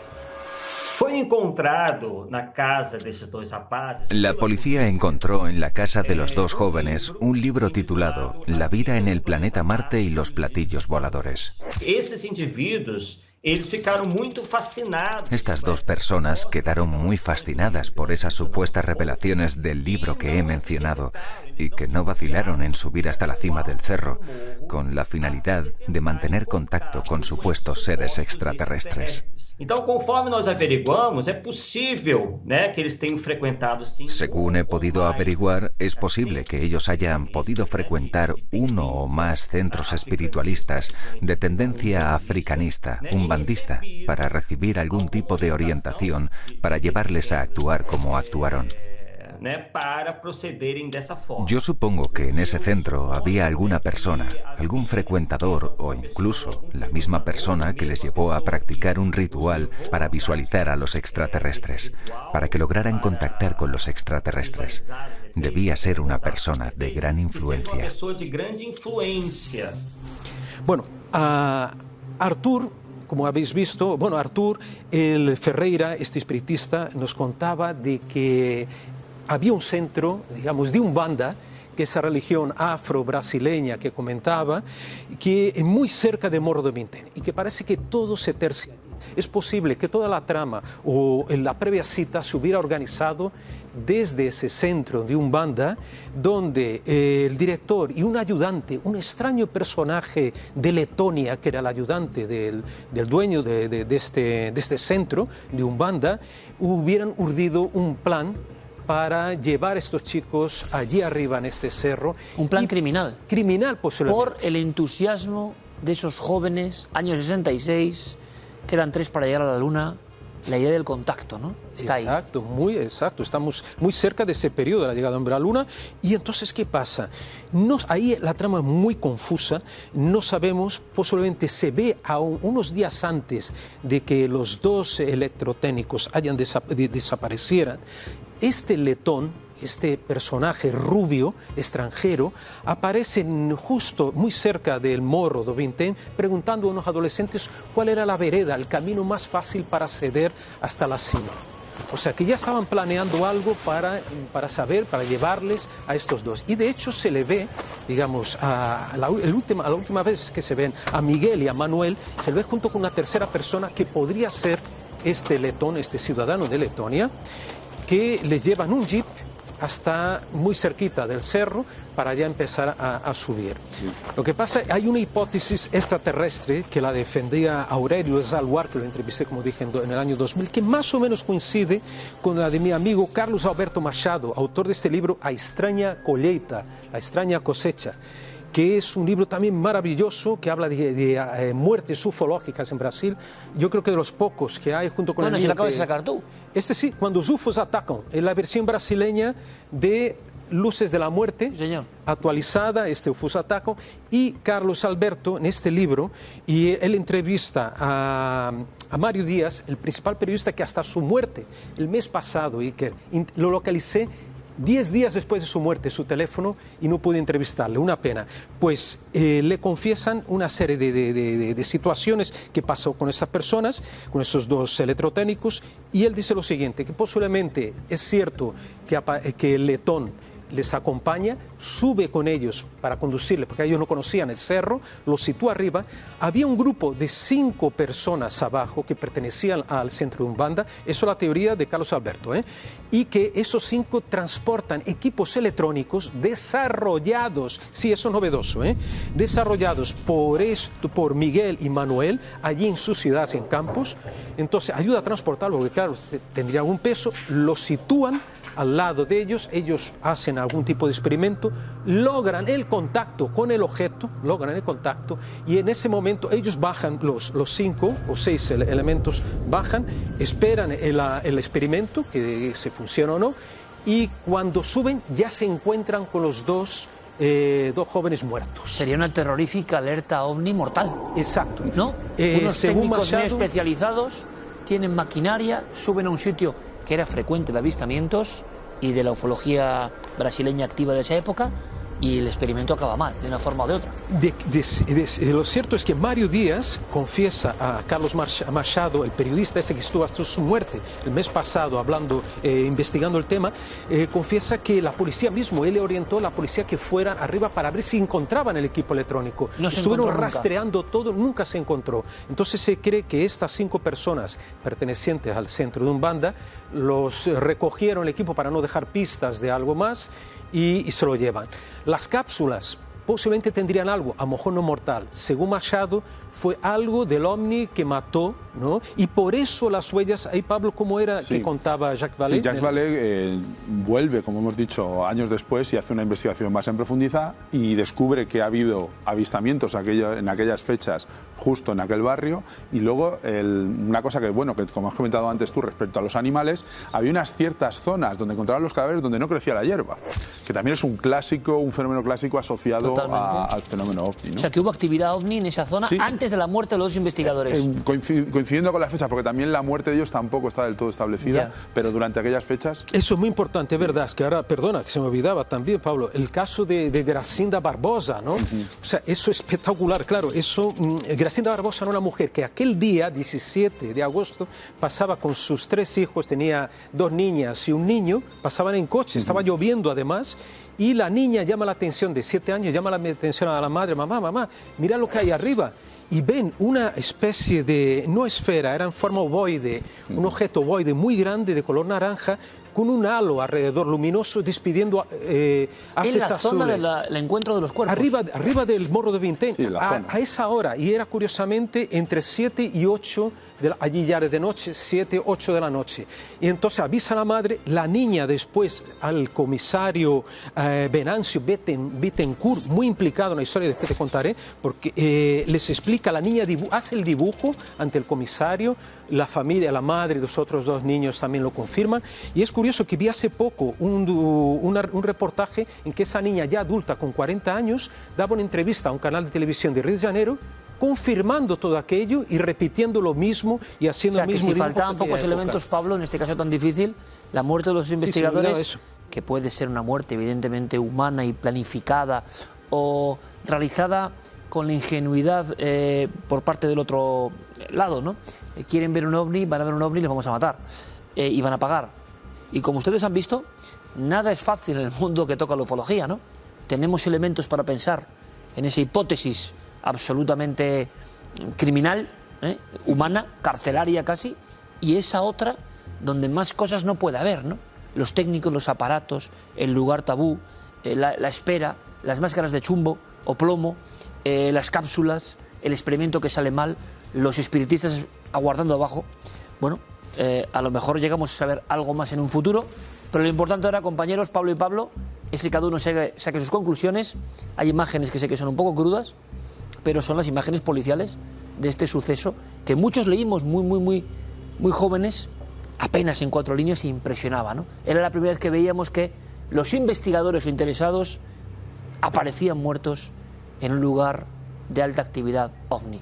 Espiritismo, revelaciones a cada cual más bizarra, y al final 2 muchachos ahí en una zona prohibida, en el Morro do Vintém, que se convirtió en, digamos, estigma un poco y ejemplo de los casos más raros que casi nadie quería investigar, porque evidentemente eran muy peligrosos. Hay que decir que en Brasil, donde también muchos amigos ven este programa, La cultura espiritista es que es incomparable, no tiene nada que ver, ¿no? Está al cabo de la calle y tiene seguro raíces en este incidente que acabó siendo un contacto mortal. Quedan ahí como... Bueno, ¿y qué habrá sido de las máscaras de plomo? Desaparecieron junto con el informe judicial. Otro misterio, 800 páginas que estaban depositadas en los tribunales de Niterói, misteriosamente desaparecen y ¿estarán en algún más. sitio esas máscaras toscas y terribles de plomo? No sabemos. ¿Alguien las tiene? Como tantas cosas de la ufología brasileña, ¿no? Donde hay muerte, contacto y las piezas desaparecen, los huesos, las... En fin, seguiremos investigando. Gracias, amigos. Gracias. Vamos con más cosas después de este tema un poco macabro y bizarro, pero como nos gusta aquí también.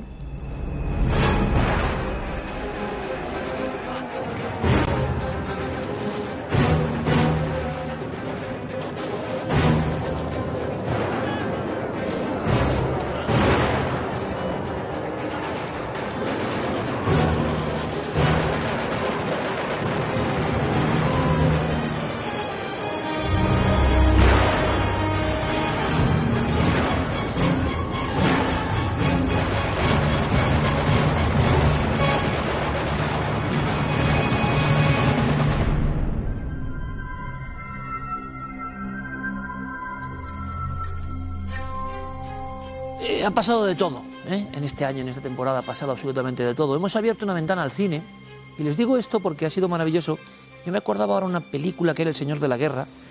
Puedo equivocarme, no lo sé, pero tengo la imagen, el destello, porque no se me quedan muchas películas, les pasará a ustedes también. Se me quedan solo las que no puedo olvidar, las que son para siempre. Otras es como retazos, ¿no?, de la memoria.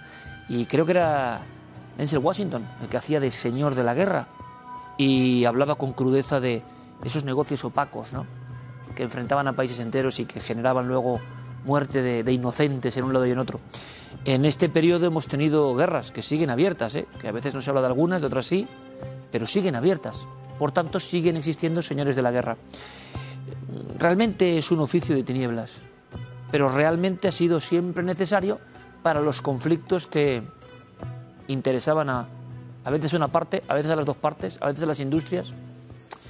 Bueno, hay una investigación tremenda sobre un personaje llamado Mil Zájarov.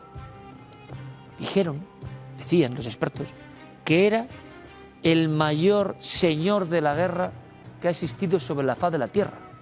Y uno a veces observa como por una lupa las imágenes de cosas antiguas y se reconoce, o sea, hay cosas que siguen existiendo exactamente igual, otras nos sorprenden por lo adelantado que eran para su tiempo en cuanto a costumbres, usos, tecnología. Bueno, pues aquí hay un poco de todo. Zájarov y su mundo, que tiene sus conexiones con nosotros. Vamos a descubrir el maletín vital terrible de este gran señor de la guerra.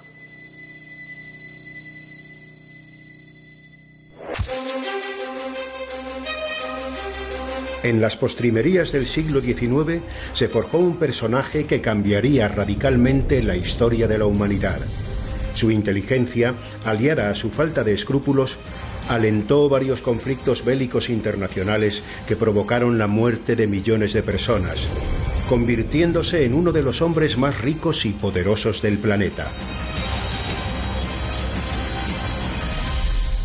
Los orígenes de Vasil Zájarov son bastante confusos, incluso él sembró algo de confusión sobre sus propios orígenes porque nunca le interesó mucho contar la verdad sobre su vida.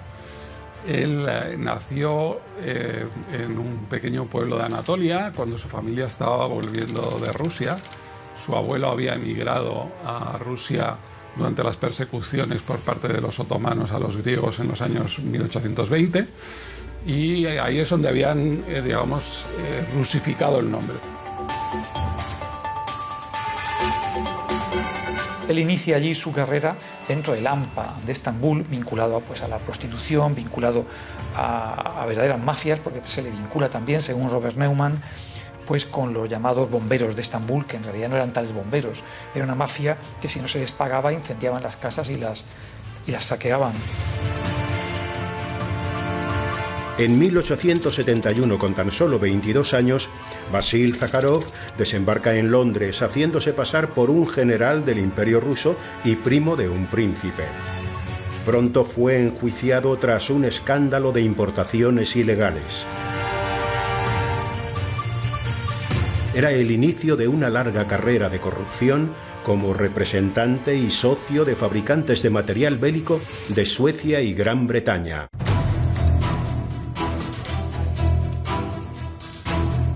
De Londres volvió a Grecia y empezó con los negocios en Grecia, con los negocios del tráfico de armas. Y se supone que estaba amparado en esa época por el Servicio Secreto Británico y estuvo durante muchos años, evidentemente. Basil Zaharov en realidad fue un personaje extraordinario. Fue una mente dedicada al mal, fue el mayor traficante de armas de la historia, en su día uno de los hombres más ricos del mundo. Hasta que él llegó, nadie había hecho las cosas de la forma que las hizo Zaharov. Zaharov fue especialista en originar conflicto, fue especialista en producir las mejores armas y venderlas a los dos contendientes en una guerra.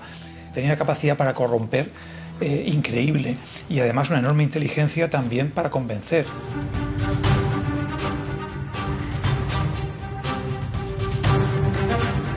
Sí, bueno, él también tenía un don especial para los idiomas, porque él imitaba incluso los acentos de una determinada zona.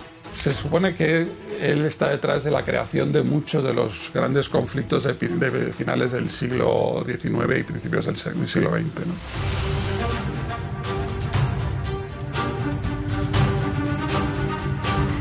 La carrera de Zaharov como mercader de la muerte recibió un fuerte impulso a partir de 1877, cuando una empresa sueca le contrató para vender un submarino defectuoso con éxito y luego sabotear una ametralladora de la competencia.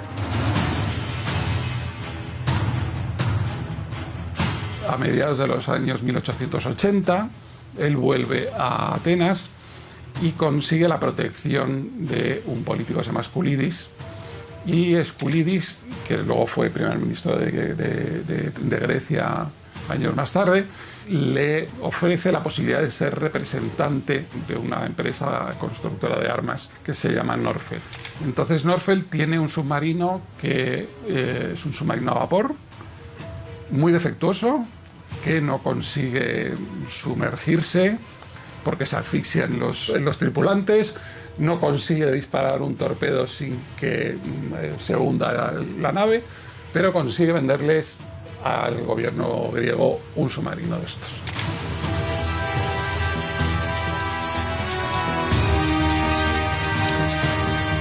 Acto seguido va al Imperio Otomano, que él también ha nacido allí, porque sea griego, y les dice, oye, mira que los griegos tienen este submarino, que es un arma terrible, yo creo que deberías comprar también un par de submarinos. Y consigue convencer a los turcos para que también compren esos submarinos que no funcionan.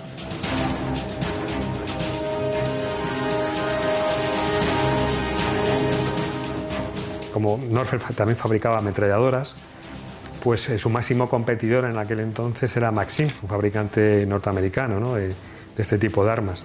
Zaharov se encargó de sabotearlas, ¿no?, hasta el punto de que, bueno, pues casi todos estos potenciales clientes que podía tener Maxim al final acabaron comprando la ametralladora de Norfeld, ¿no? Una de las tácticas de Zaharov era vender las mismas armas con suma habilidad para todos los contrincantes de una misma guerra. Y para ello contaba con una amplia red de información. Muchos gobiernos de aquella época no contaban con el tipo de información con la que podía contar Zaharov, ¿no?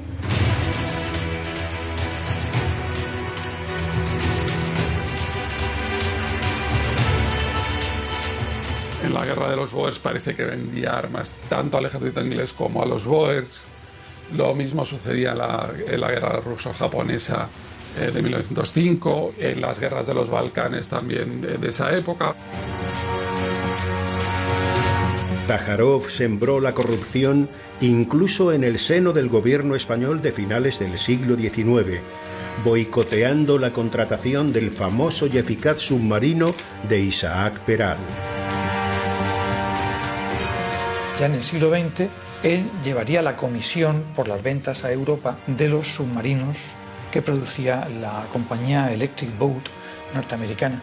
Teniendo en cuenta, además, que Zájarov puede ser considerado como el responsable de la ruina en la que cayó el proyecto de Isaac Peral, pues no deja de ser una ignominia que España comprara en los años 20 sus primeros submarinos al competidor norteamericano Electric Boat y que la comisión por dichas compras se las llevara Basil Zájarov.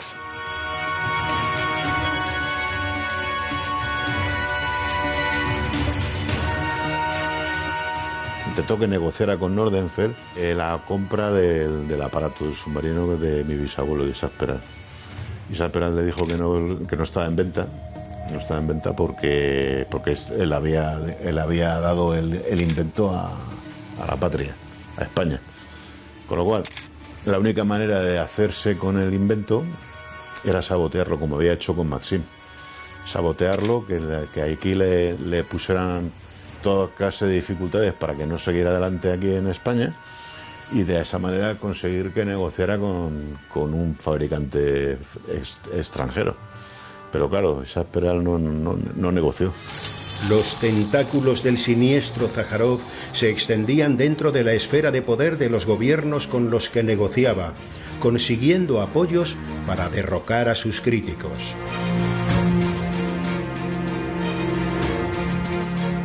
Ramos Oliveira escribe un libro donde denuncia los manejos de Zájarov, titulado El capitalismo español al desnudo. Y es curioso porque tanto este libro como el libro del hijo de Isaac Peral son dos libros que se editan en torno al año 1935 en Madrid y cuyas ediciones, una vez recién salidas de imprenta, arden, es decir, sufren un incendio accidental, por separado me refiero, y desaparecen.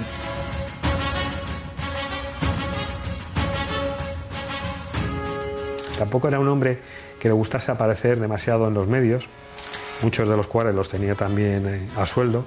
Hay que señalar que en España, pues, si hacemos recopilación de los artículos o reportajes en los que se hablaba de él, siempre se le trataba bastante bien. Estas relaciones las pudo urdir Basil Zájarov al más alto nivel, porque se hizo amante de una duquesa y grande de España, la duquesa de Marchena, que era prima del rey Alfonso XIII, y eso le permitía, como digo, moverse por la corte con toda soltura. La Primera Guerra Mundial supuso un antes y un después en la vertiginosa ascensión al poder y riqueza del terrible mercader de la muerte.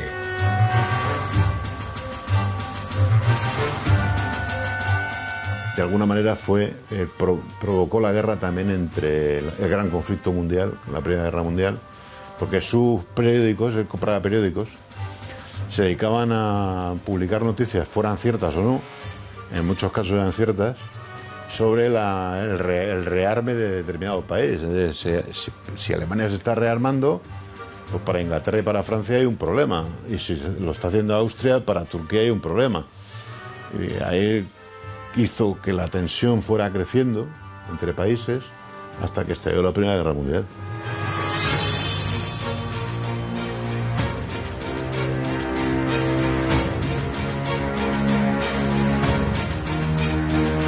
También es verdad que él fue uno de los mayores defensores de la guerra hasta el final. O sea, él intentó que cuando los gobiernos de los aliados tuvieron tentaciones de entablar conversaciones con los alemanes, que no aceptaran los términos, sino que siguieran hasta la derrota final.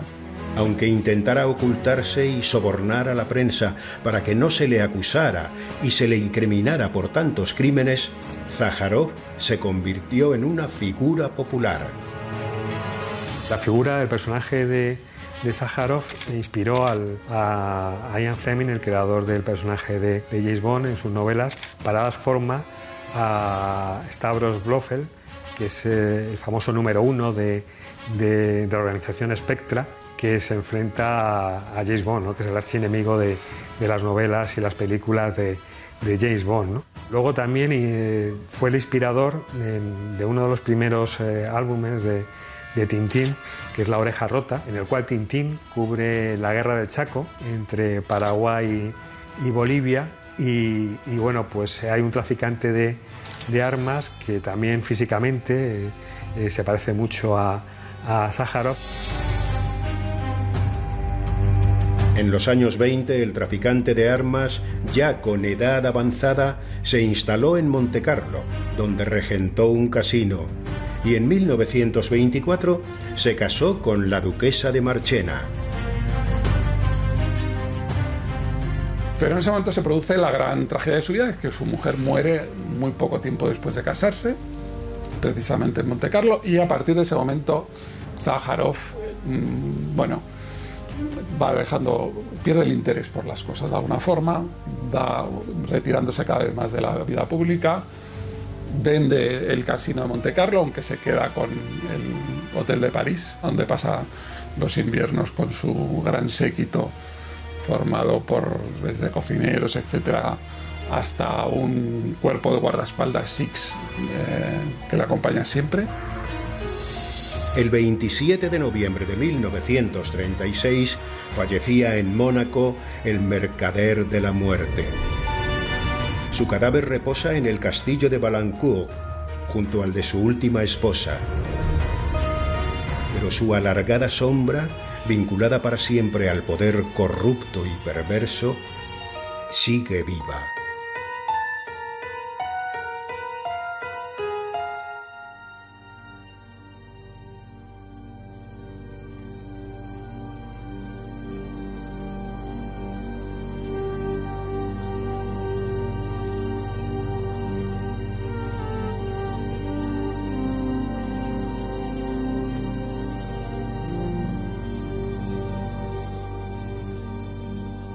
Bueno, pues aquí ponemos el punto final a esta temporada, que desde luego ha sido muy distinta a otras.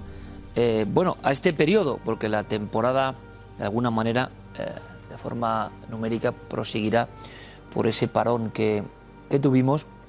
Y realmente pocas cosas más pueden suceder en un fragmento de tiempo.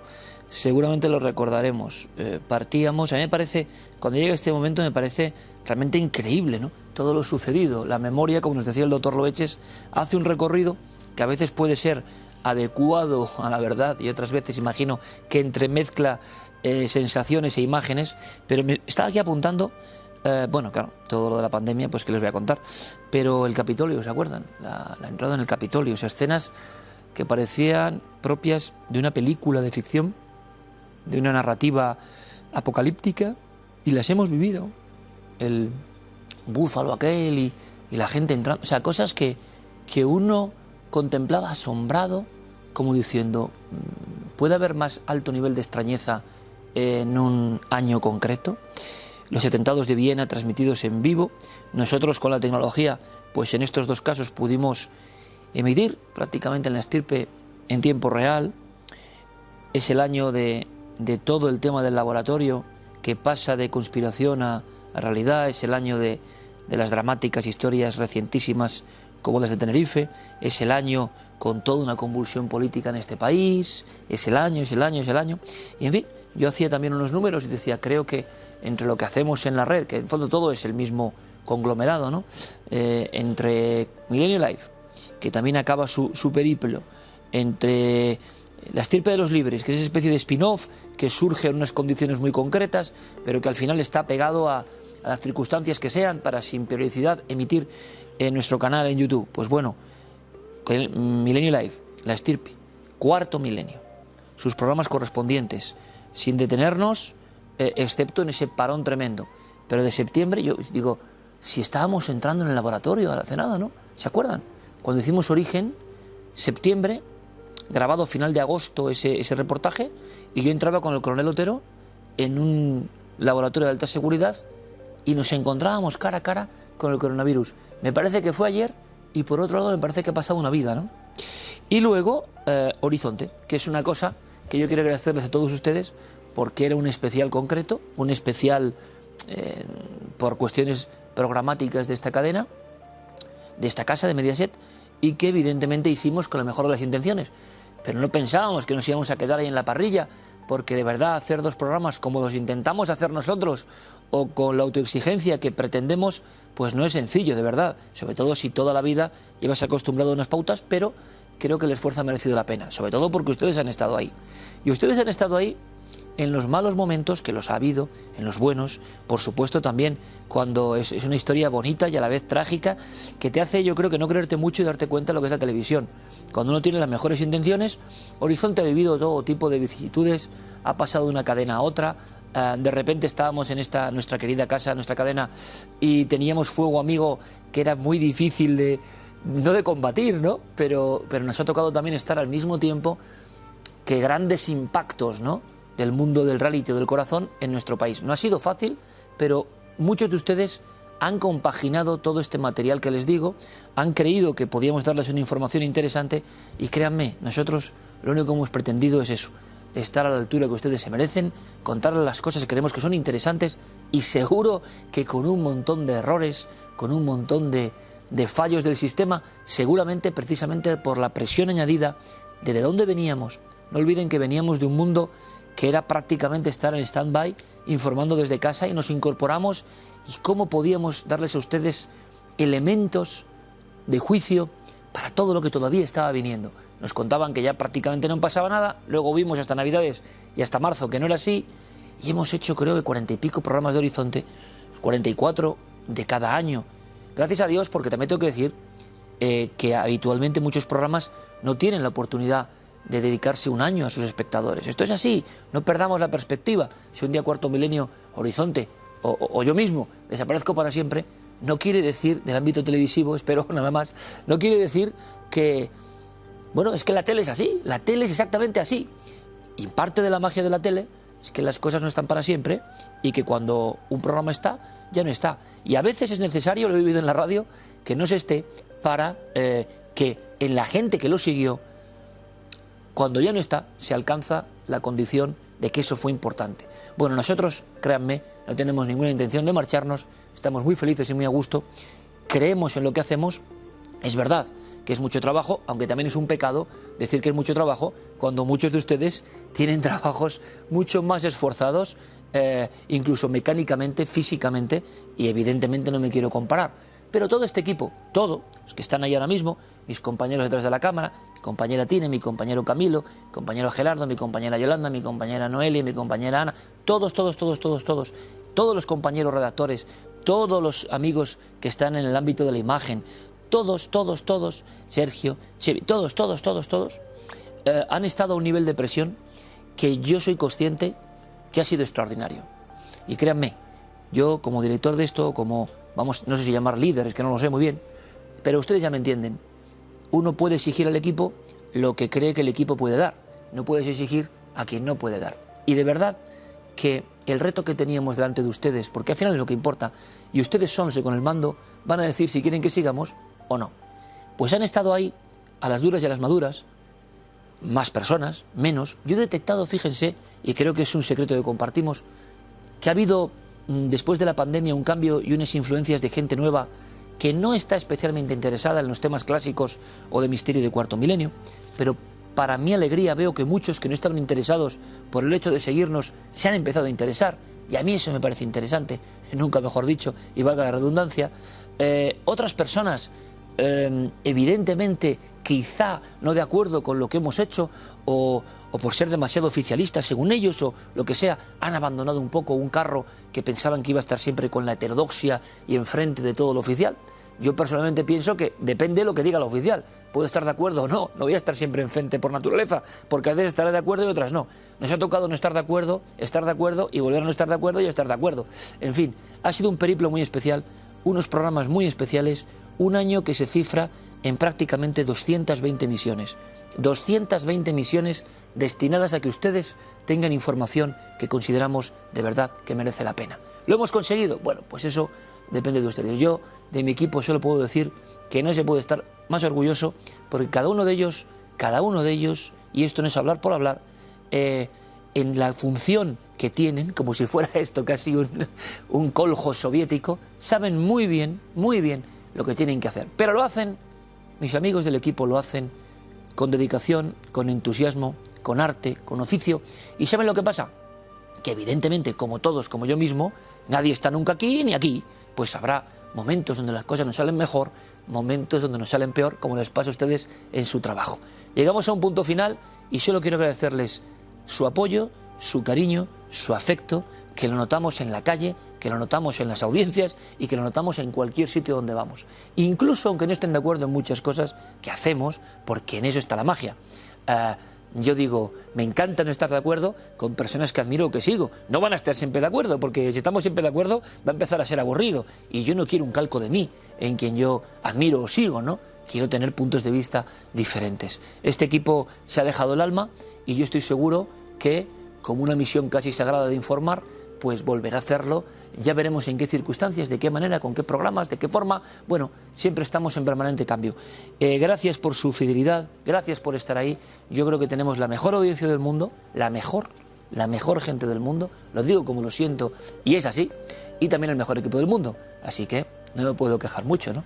Hasta dentro de 7 días, amigos. Disfruten del verano y que volvamos todos con las pilas muy cargadas y, si es posible, con una circunstancia general mucho mejor para todos. A ver si es verdad, que dicen que, a pesar de todo lo que hemos vivido, vienen otros años 20 maravillosos. Ojalá, los deseamos todos. Hasta entonces, que pasen unas buenas semanas, un buen estío.